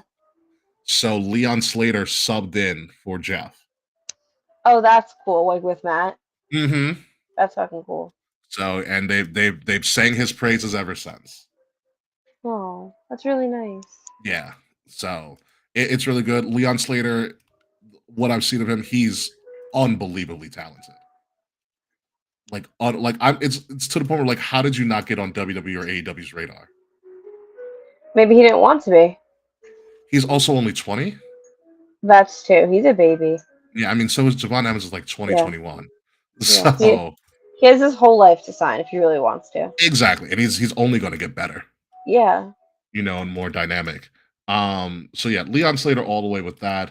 Moving on to a match that came together several weeks ago, a 205 Live WrestleMania 34 pre-show rematch. Cedric Alexander recently showed up in TNA and challenged Mustafa Ali. So here's how the story goes. Mustafa's actually playing a heel. Okay. He has this faction called Order 4. It's a very like politics faction. Hmm. And he's playing like this this kind of this bastard heel. Tasha Steeles, if you remember the name, is in the faction. Okay. And so the story is he's been essentially brutalizing the people in Order 4. So he's been like demeaning them, talking them down. He's put his hands on Tasha Steeles several times on Jesus. TNA Impact, like pushed her to the ground, like berated her. He's Damn. like, there was one episode where he brought in all of Order 4 and he was like, you need to owe me an apology. And he took Tasha Steeles' phone and he was like, you're texting him again, aren't you? Stop texting him. That's crazy. Or whatever. And she was texting Cedric Alexander. So that's how the Oh story goes. shit. Yeah. He was like, everybody owes me an apology. He brought him up one by one. That was the thing with Tasha Steeles. With the other one, he was like, this guy was like, oh, you attacked Tasha Steeles in front of my wife and my daughter. What did you think I was gonna do? And send up to you? He's like, I understand that, but like, who pays your mortgage? Oh shit. Yeah. Yeah.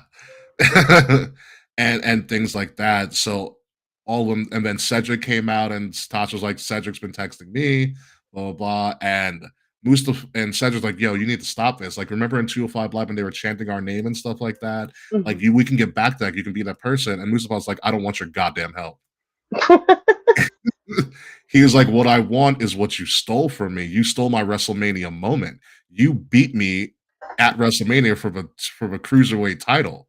Do they say like WrestleMania and 205 Live and He all that? mentioned WrestleMania. He mentioned 205 Live. He mentioned John Cena. It's all in the promo. Very cool. They have the partnership with WWE. They have carte blanche to talk about that. They even talk about WCW. Oh, okay. And Mustafa was like, I want what you stole from me. Yeah. You stole my moment. I want my moment back. I want you one-on-one at Slammiversary. And for me, that built itself. That's really cool. And in one of the more recent segments, Tasha Steeles turns on Cedric and still realigns herself with Mustafa. So there's that. Tasha Steeles is playing very much so like an abused woman that can't get out type deal. Yeah. That's exactly what I get when I see her. And I'm like, oh, okay, this is gonna be interesting. And I don't know how this can go because I can see Cedric and Mustafa putting on a classic. I watched them before. Like, it's gonna rip. Yeah, it's gonna be great. That's true. Mustafa Ali is pretty much the face of America gimmick with a much more heelish turn. Yeah. I can see Mustafa winning this. But I can see Cedric winning this too. Like, Cedric hasn't, since he's come back, which was a couple weeks ago, he hasn't really wrestled anybody. So this could be his first match at Slammiversary under the TNA brand. They can do something this Thursday if they do have an Impact show coming up, which would lead towards Cedric winning. But I can see Mustafa winning. Like, his heel persona and the gimmick is very strong. Yeah. And I honestly don't know which way to go. This is really hard. Yeah, because they both could win and both be, there is a little bit of maybe nothing's going to happen because Tasha Steeles did turn or remain with Mustafa at the end of the last Impact, so it could go either way. So she's aligned with Mustafa right now, not Cedric. Right, but then she could also turn again when it really matters. I think I'm going to pick Cedric to win, especially you said this is his first match in TNA or back in TNA. That's what it's looking at, right? Unless they do something on Thursday, which I don't think they will. Correct. Yeah. Wrong. But I think I'm going to go with Cedric, give him the win. I don't know. I feel like I feel like this is hard because we don't fucking watch TNA like that. You can catch up real quick. You just have a YouTube playlist in the background. Well, depending on what happens on Thursday, I feel like if nothing happens Thursday and the last thing we really see is Tasha realigning with Mustafa, I feel like that's Mustafa looking strong. And you know how it usually is. Go home. Yeah. Whoever looks strong loses. Correct.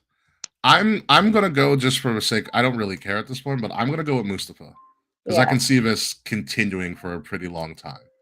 And seeing where this goes. I think this is gonna be the first of many feuds with them. Probably. So moving along, the TNA Knockouts World Tag Team Championships on the line. The Elegance brands with Ash by Elegance, Dana Brooke, going up against the returning. I didn't recognize her. Who, Dana? Yeah. You know, Yeah. it's I looked at this the other day and I was so excited about the Iconics, and I'm like, I looked at the Elegance and I'm like, who the fuck are these people? Yeah, and their Databrooke has the Elegance brand, so it's Ash by Elegance. Okay. There's like M by Elegance. I forgot who the third woman is as well, but everything is by Elegance and the Elegance brand. She has her own concierge, a la Tony Storm. Um, Ooh. it's kind of poses like a makeup brand and stuff. She's very like Dana's much more of a character here, which I really enjoy for her. Mhm. But the Iconics haven't wrestled in TNA in about 3 years, or be Inspiration. Sorry, Mhm. they still do the pose and everything. I've missed them a lot. So and the Elegance brand has run their thing. I'm clearly going with the Iconics Me last year's too. trade. I think it's a no-brainer for them to come back and win on the biggest stage. Yeah. Also, I've ran into the Iconics before a WWE show, and they're hysterical. I could only imagine. They are absolutely hysterical. And they still do the iconic pose. They're still just really funny. They're just such a great tag team. Mm-hmm. I will forever be upset missing them at WrestleMania because I was online. Oh, you missed them win. You missed Mhm. them win. Wow. I'm That so was sorry, my. Kay. I went to get like a pretzel or something. Oh, Kay. I know. I was really upset. I left it after everyone's entrances. I really like wanted a pretzel. I was really high at WrestleMania. I really needed a pretzel. Mm, okay. So yeah, I think the Inspiration are going to win this. They're going to be new tag team champions. This is just going to be the beginning of a very very fun show if it does begin. Hmm. And last and probably very much least, Tessa Blanchard has a match. Tessa Blanchard and Indy Hartwell are going to be fighting at Slammiversary. The story goes, Tessa Blanchard is like Indy Hartwell is, succeeding off of the things I provided for her. So there Hmm. is a true story that Indy's Tessa Blanchard apparently helped Indy get into the States for her first match in the States. Okay. So that's a story they're running with, and Tess is like, she's ungrateful, and Indy Hartwell's like, you got me here, but I made my name on my own. And Tess is like, you Hmm. didn't really do anything that great. Would you hold a couple of titles? I was the first ever like women to hold a world title, and we know how that Hmm. ended for Yeah. her, and things like that. And God, have you ever heard Tessa Blanchard speak? Like years ago. That's all I have to say. I'm Yeah. I hear it, I'm like, oh man. Yeah. I don't enjoy Yeah, it's not her. enjoyable. I I don't know like. I there's nothing I like about Tessa Blanchard. I understand. We talked about this when everything first broke out. I don't know if you're on that show, but yeah, I was. there's nothing redeemable about Tessa No. Blanchard. I mean, it's a shock she made it this far in her return when she got re-signed. Seriously though. I mean, granted, she is playing up the fact that everybody hates her. Like they have an I hate Tessa Blanchard shirt. I'm like, oh, I want to buy it, but I know where that's going. Yeah, for real. You I know. you know, I didn't think we'd be seeing Tessa Blanchard wrestle, so like, You are. You yeah, are. my streak is ended. I have successfully never seen Tessa Blanchard wrestle live because I'm dead. I mean, this could be your bathroom break, Kay. That's what I'm thinking. I will not be supporting Tessa Blanchard. Yeah. And yes, obviously Indy Hartwell, who was allowed to keep her name from WWE, which I thought is really, really cool. Hmm. And Indy needs a marquee win. Yeah. And so Tessa better do the job. Hmm. Uh yes, as Fretch was saying, Tessa was um Indy's mentor way back. And also, this is also a good thing to say as well, which I've seen this while they don't lean into it, she often gets your racist chance every time Good. on Impact. Good. You know what's crazier about Tessa as we She move on? does What's she up? like enjoy that chance? No. You know who she's partnered with as like her tag team partner? Who? Alicia Crawford. You know her better Foxy? as Alicia Fox. Yep. She's partnered with Foxy? Foxy's also wrestling, which is like an accomplishment in and of itself. Why is she with Alicia Fox? I don't know. So you're definitely you're Alicia Fox is showing up at some point. I can almost guarantee it. That's so disappointing. Yeah, yeah. I was like, she partnered with Alicia Crawford. That's her real name. But yeah, Foxy is also in TNA. Very cool. Yeah, not cool for her being with Tessa. Mhm. Wait, Fred, you didn't know that Alicia Crawford was Alicia Fox? Just look at her. It's clearly Alicia Fox. Oh my god. But yes, but that's what we have for the card. We'll get Will's predictions off air at some point. I'm not gonna lie, I'm very excited for Slammiversary K. It's gonna be really fun. From what I've heard from people who have been before, including the Queen and whomever, it's a really fun time.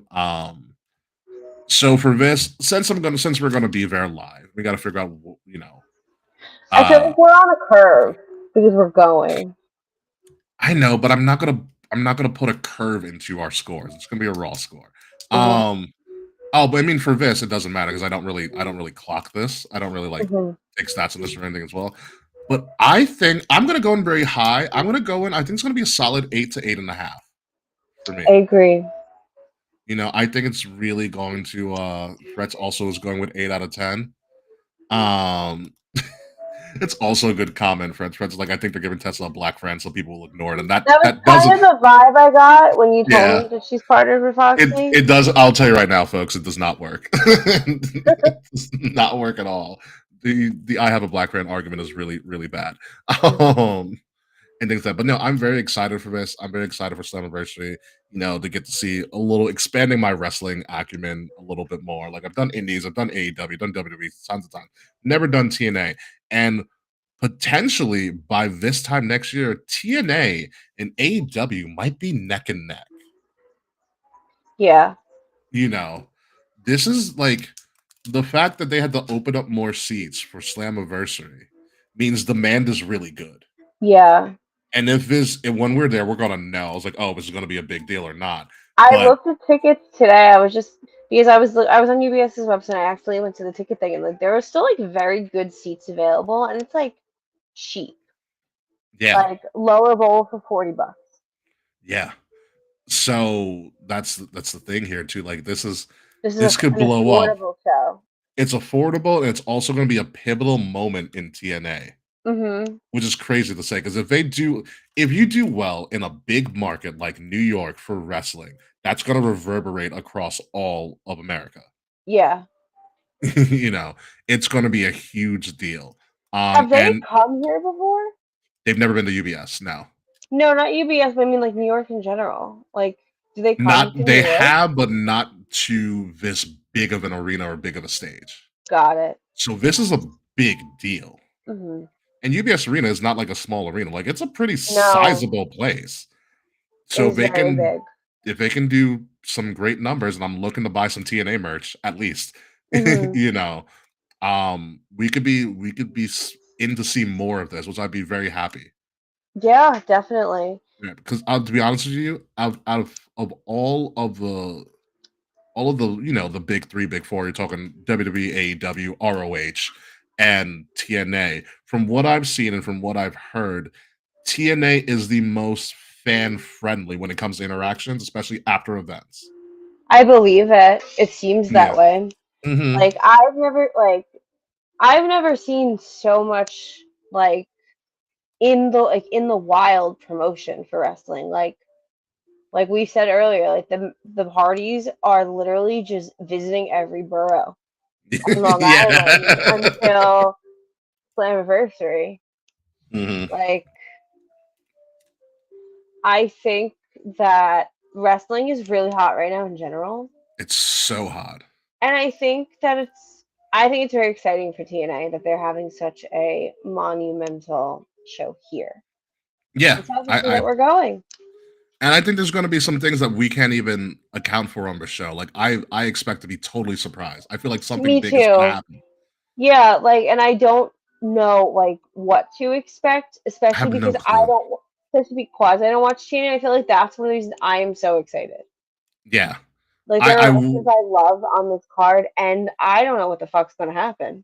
My one bold prediction for this is as we start to end the show. My one bold prediction for Slammiversary this Sunday is a Matt Cardona sighting. I was just thinking that. Get out of my head. I'm like, all right, what Long Island guys is left? And then I'm like, Matt Cardona is probably the biggest one. Cardona and Brian Myers. Well, Brian Myers is probably already going to be there. Well, yeah, because didn't you say he's going to be at the baseball Yeah, thing? he's going at the baseball thing. Freaking I wouldn't be surprised if Will's favorite wrestler, non-wrestler, Tommy Dreamer shows up as well. Oh, Tommy Dreamer is 100% going to be there in Cincinnati. I feel it. Even if they just Yeah. show him in the crowd. Mhm. What if we get an Enzo Amore sighting? I will Very leave you. I will leave possible. you all. I will leave you all. My God, but yeah, no, I'm very excited for this. Slammiversary is this Sunday. It is going to be a really fun time, and I haven't been to UBS since December, so I'm very I excited. was at UBS literally like 10 days ago. So no, I'm very excited to return to that place. It is, by and large, might be my favorite arena in the New York's tri-state area. To be It's completely really honest. good. Yeah, easy, accessible, very easy to navigate. So it's a Mhm. great time. And then we get a little bit of a break, and then we have to come back in a couple of weeks to talk about SummerSlam. Wait, are we taking next week off? I don't know yet. I have to figure it out. Well, next Tuesday is Boris's birthday. Oh my God. Oh, I mean, we could do a Boris birthday thing if you really want to. I'll get back to you on that. I low-key want to cook him a steak. Speaking of birthdays, you know whose birthday that we don't care about but actually happened recently? Slack. Yeah. I forgot to message him for his birthday. I sometimes forget he exists. No, I saw on like Facebook that it was his birthday, and I'm like, I should message Slack, and then I forgot. Slack, if you're listening, happy birthday. You won't get that from me, Slack. I stick to the gimmick. I just had a crazy idea. Before we get to the outro and stuff. Giving? No. We should celebrate. We should bring Slack in next week to celebrate Boris's birthday.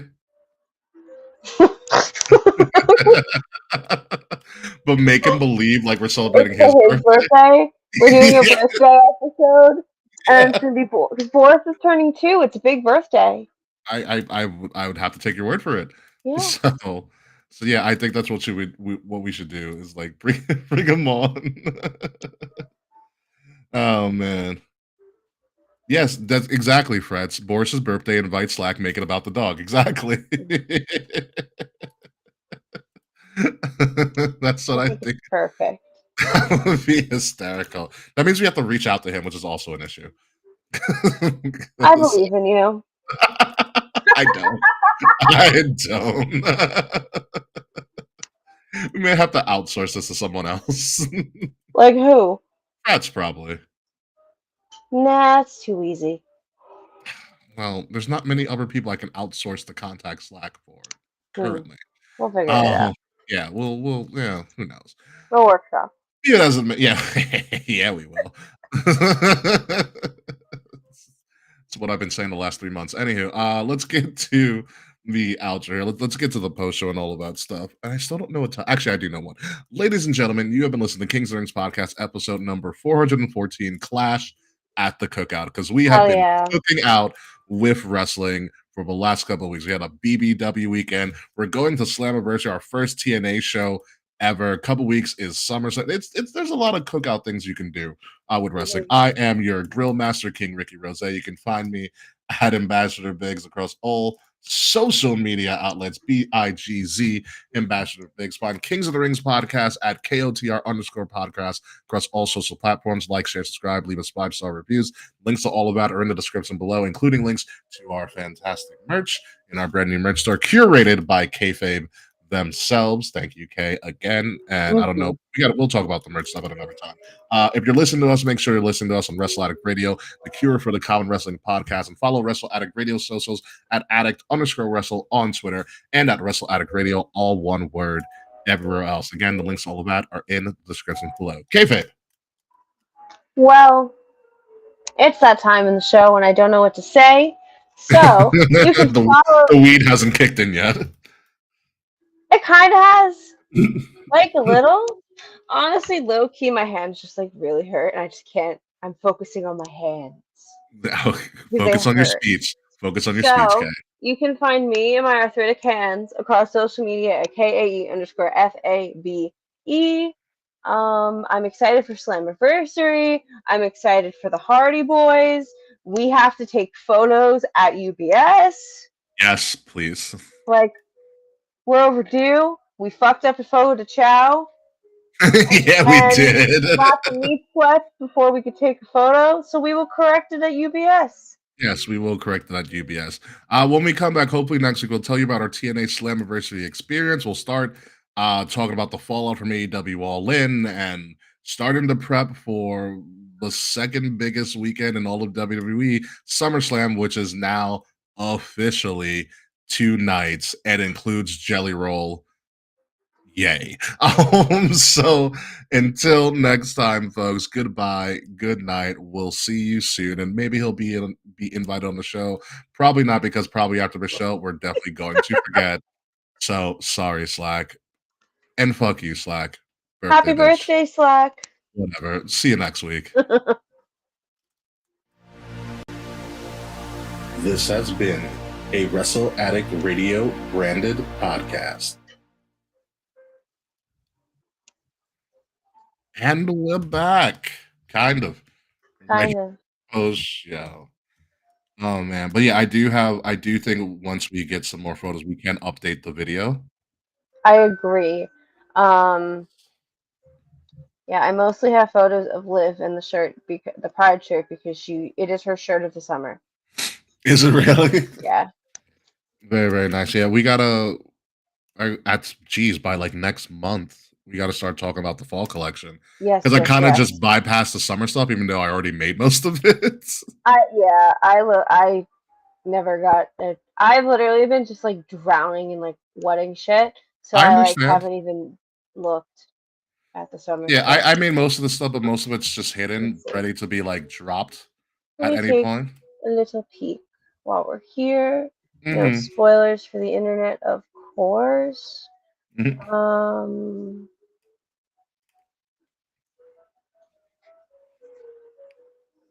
I tried the All-Star games tonight too. oh yeah. Who do the Yankees have in the All-Star game? Judge, Jazz Chisholm, and a couple other people. Very cool. Yeah, it's the All-Star game. It's it's not my What's the point of it? Like, it's a why showcase. is that all? Like, It's a baseball game with the best players in Major League Baseball this no, season. I understand that. I understand like that's what's happening, but like, why? Because you can make money off of it. But like, why do that in the middle of the season? Because of the weather? Well, yes, it's also called the Midsummer Classic. It is also the best time to play baseball because it's the middle of the summer. I guess. So, okay, I didn't tell you this, probably on purpose, Oh. but have you looked at the Tampa Bay Buccaneers social media lately? Oh no. No, this is a good thing. No, I haven't. Why? God, I hate them. Oh, these are cute. What are you looking at? What you hid? Oh, the Tampa Bay Buccaneers revealed a special away jersey. Is it my tangerine dream? Yes, the Creamsicle 1976 away jersey. Wait, let me look. Yeah, you know, it's like really like criminal. Like, I look fucking terrible in orange. Orange is Well, in the love. primary color on this one, since the away jersey, is white. Oh my god, here the 76 jersey is back. Buy it now. I am not going to buy it now. The last thing I need to do is like spend money on fucking sports merch. Like, what we went to we went to see the Hardys throw out the first pitch. That was intended to be a we spend no money kind of day. Like, Sorry about that. I mean, like, I got really cheap tickets. Like, I Hmm. got really cheap tickets. Like, didn't really give a fuck. Like, I'm like, we're gonna eat before we go. Like, I'm gonna spend no money at this game. It's gonna be great. Ends up being chilly. So, So you needed a jacket. so we're walking in the team store trying to find the cheapest like sweatshirts they have. So I That's have impossible out of baseballs. I mean, it's probably a nice jacket. this is my little sweatshirt. Okay. Hold on, it's not open. It's actually low key a really good summer hoodie. It's Okay. like So it's light. yeah, it was really comfy and it was less than $100, which I is will say our hoodie is also really nice. I oh bought one. from our store. Yeah, it's really nice. Oh, is it? Oh yeah, Yeah, it's I have really comfortable. to in the coming weeks. I need to get like a I need to go not on another. pride. I need to go on Yeah, another spending spree on the store. I just have other stuff. I need to go grocery shopping tomorrow. that's a fucking mood. And I'm in the process of changing up all of my plates and bowls in my apartment. Oh, what are you looking at? I'll send you a link. I'll probably send it on the Discord at some point. But it's these like ceramic coated plates. I went real cheap Yeah. when I first got it. So me and Kavita had gone to Target. Oh, you get like the 50-cent plates, 50-cent bowls, all that, Yeah, the from room like the college essentials. collection and stuff. Yeah. I love me a good Target room essential. But you know what? But now they're kind of getting worn out now, and I want something Yeah, a little bit more sustainable than like hard plastic. yeah, So it's one of those things that just came to mind. I was like, I need to yeah. You should upgrade your dishes eventually. be more of an adult, or it's the lie I tell everybody. Hold on, let me send you what I'm looking at, and obviously I'm getting it in like base green. That's how I like felt when I was like working on our wedding registry, just because like we like have lived by the time we get married, we will have lived together for 2.5 years. So like Hmm. we have pretty much a lot of like what we registered for is like replacing or like upgrading stuff we have already. Like our pots are beat to shit and ugly, Yeah, horrible. And I'm trying to like use less plastic I when get that. possible. Like I don't know, I feel like gross about oh it's you. I'm like, who's texting me? It's me. I'm sending you the links of the two. Oh, my phone fell on the floor. Sending you two of them because I saw these other like accessories to like the set. I was like, oh, I can get those too. I don't know if you remember last time you were in my house being those black star plates I have. I I now don't have got remember. I have I dropped my phone. I have like no grip today. Ooh, these are really nice. I like Hmm. these green. It's green. Let me turn my brightness up. I have they're melamine, so like they're plastic. I have black plates and they have like gold stars on them. So it came with Okay. dinner plates, salad plates, and bowls. Hmm. I had them in my first apartment, and then they like I got rid of them because I wasn't into them anymore. And then a few years later, when I moved in here, I realized I missed them because I got like ceramic plates from Walmart, but like those got beat to shit. Hmm. So I got rid of the Walmart plates, got the plates I used to have, and I have since gotten the second set. God forbid the first set breaks. And then we also have one nice set of dishes that I'll send you. Yeah. So that's what I'm thinking. These are Also, really nice. Ooh, I love these pasta bowls. yeah, I saw the possibles. Like, I don't need this, but I kind of want it. No, the shape is perfect. Yeah, And it's great for salad. salad and pasta and soups and stuff because it's gonna be wide enough to hold it all Oh, and I deep enough. love like you gotta have the right size and the right shape bowl. Hmm. So, Let me find where's my nice dishes. okay. Also, what is your availability like for the rest of the week, or rest of the month of July? Because we still have to get you on my podcast, which is it's Um, like midway through July, and I'm like, I need to figure this out. at this point, can we just push to August? That's fine. I can find somebody else. I am like I I just know want to exactly like who to pull. I need to get through my batch. That's fine. So I have like one because I'm like high key losing my mind. That's fine. Like I know just exactly getting who to ready for pull. all the events. I know exactly who to pull in. I know a couple people I can pull And in too. August, like all I really have in August besides my batch and like my birthday, and I'm going to see my chem August 9th. But otherwise, I'm pretty open in August. Awesome, awesome. And I'm a little bit more open in August too, because July has Like just been very chaotic. and like July, I low key have been intentionally keeping kind because my June was so crazy. Mhm. My late June into early July was fucking too much for me. Mm. And I'm like, I need a break socially. I get it. These are my, I'm sending you the link. These are my nice bowls and plates. Oh, those skulls. I have a really big thing for Yeah. skulls. There's skulls all over the apartment. I have skulls everywhere. I have skulls on a lot of my apartment. I mean, there's skulls on my body too. I So, love, me too. But these are specifically like, we love Tattoo Flash. Like, it's mhm. something we both collect. So, like, our nice issues are like inspired by like traditional tattoos. I can see. I know that style. Love it. And then I'll show you what my my everyday non nice bowls look. Well, they are nice, but my like daily, I'm less afraid of breaking them bowls. Yeah, I mean, I like the set, and the bowls are really nice too. They're beautiful. I love them so much. I just like am afraid to use them because I don't want to break them. But the point of life is to use your shit. So I have to Mhm. get over it. And then these are my everyday. Black with stars. Okay, I think these look a little bit more familiar. Yeah, I'm like I've had these forever. Yeah, Like those are nice. Very, very nice. like it's a good like it's like soup bowl size, not cereal bowl size. I So get like that. if you have cereal in them, it's like an extra big cereal, which is kind of nice. I get that a lot. And then we Ah. have like random like from like Marshall's like two ramen bowls. I think Liv's has like Gudetama on it, and mine is Nightmare Before Christmas. Nice. There's a ramen shop like a town over from me that I really need to go to. What stop? What store?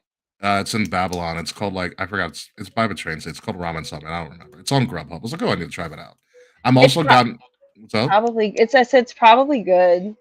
Yeah, I've also gotten into in the past couple of months, like learning how to use chopsticks a little bit more efficiently. Oh my god, I'm so bad at using chopsticks. It It's takes a lot of embarrassing. it takes a lot of time and practice, and I'm still not good at it, but I'm getting there. I do my best. Like I can pick up a sushi roll with chopsticks, but Hmm. like the hard shit I can't like pick. No. There is Mia Yim posted a video of her holding up her phone with chopsticks. That's really impressive. I was like, damn, it's really good. I don't even hold a pen the right way. Like I can't hold chopsticks. Let's be honest here. Yeah, it's one of those things I'm still learning, but I'm getting better at it, and things like that. Anywho, we can talk about all this trivial stuff all we want, but it's time to get out of here, folks. So thanks for joining us, and we will see you guys after Slammiversary. Toodles.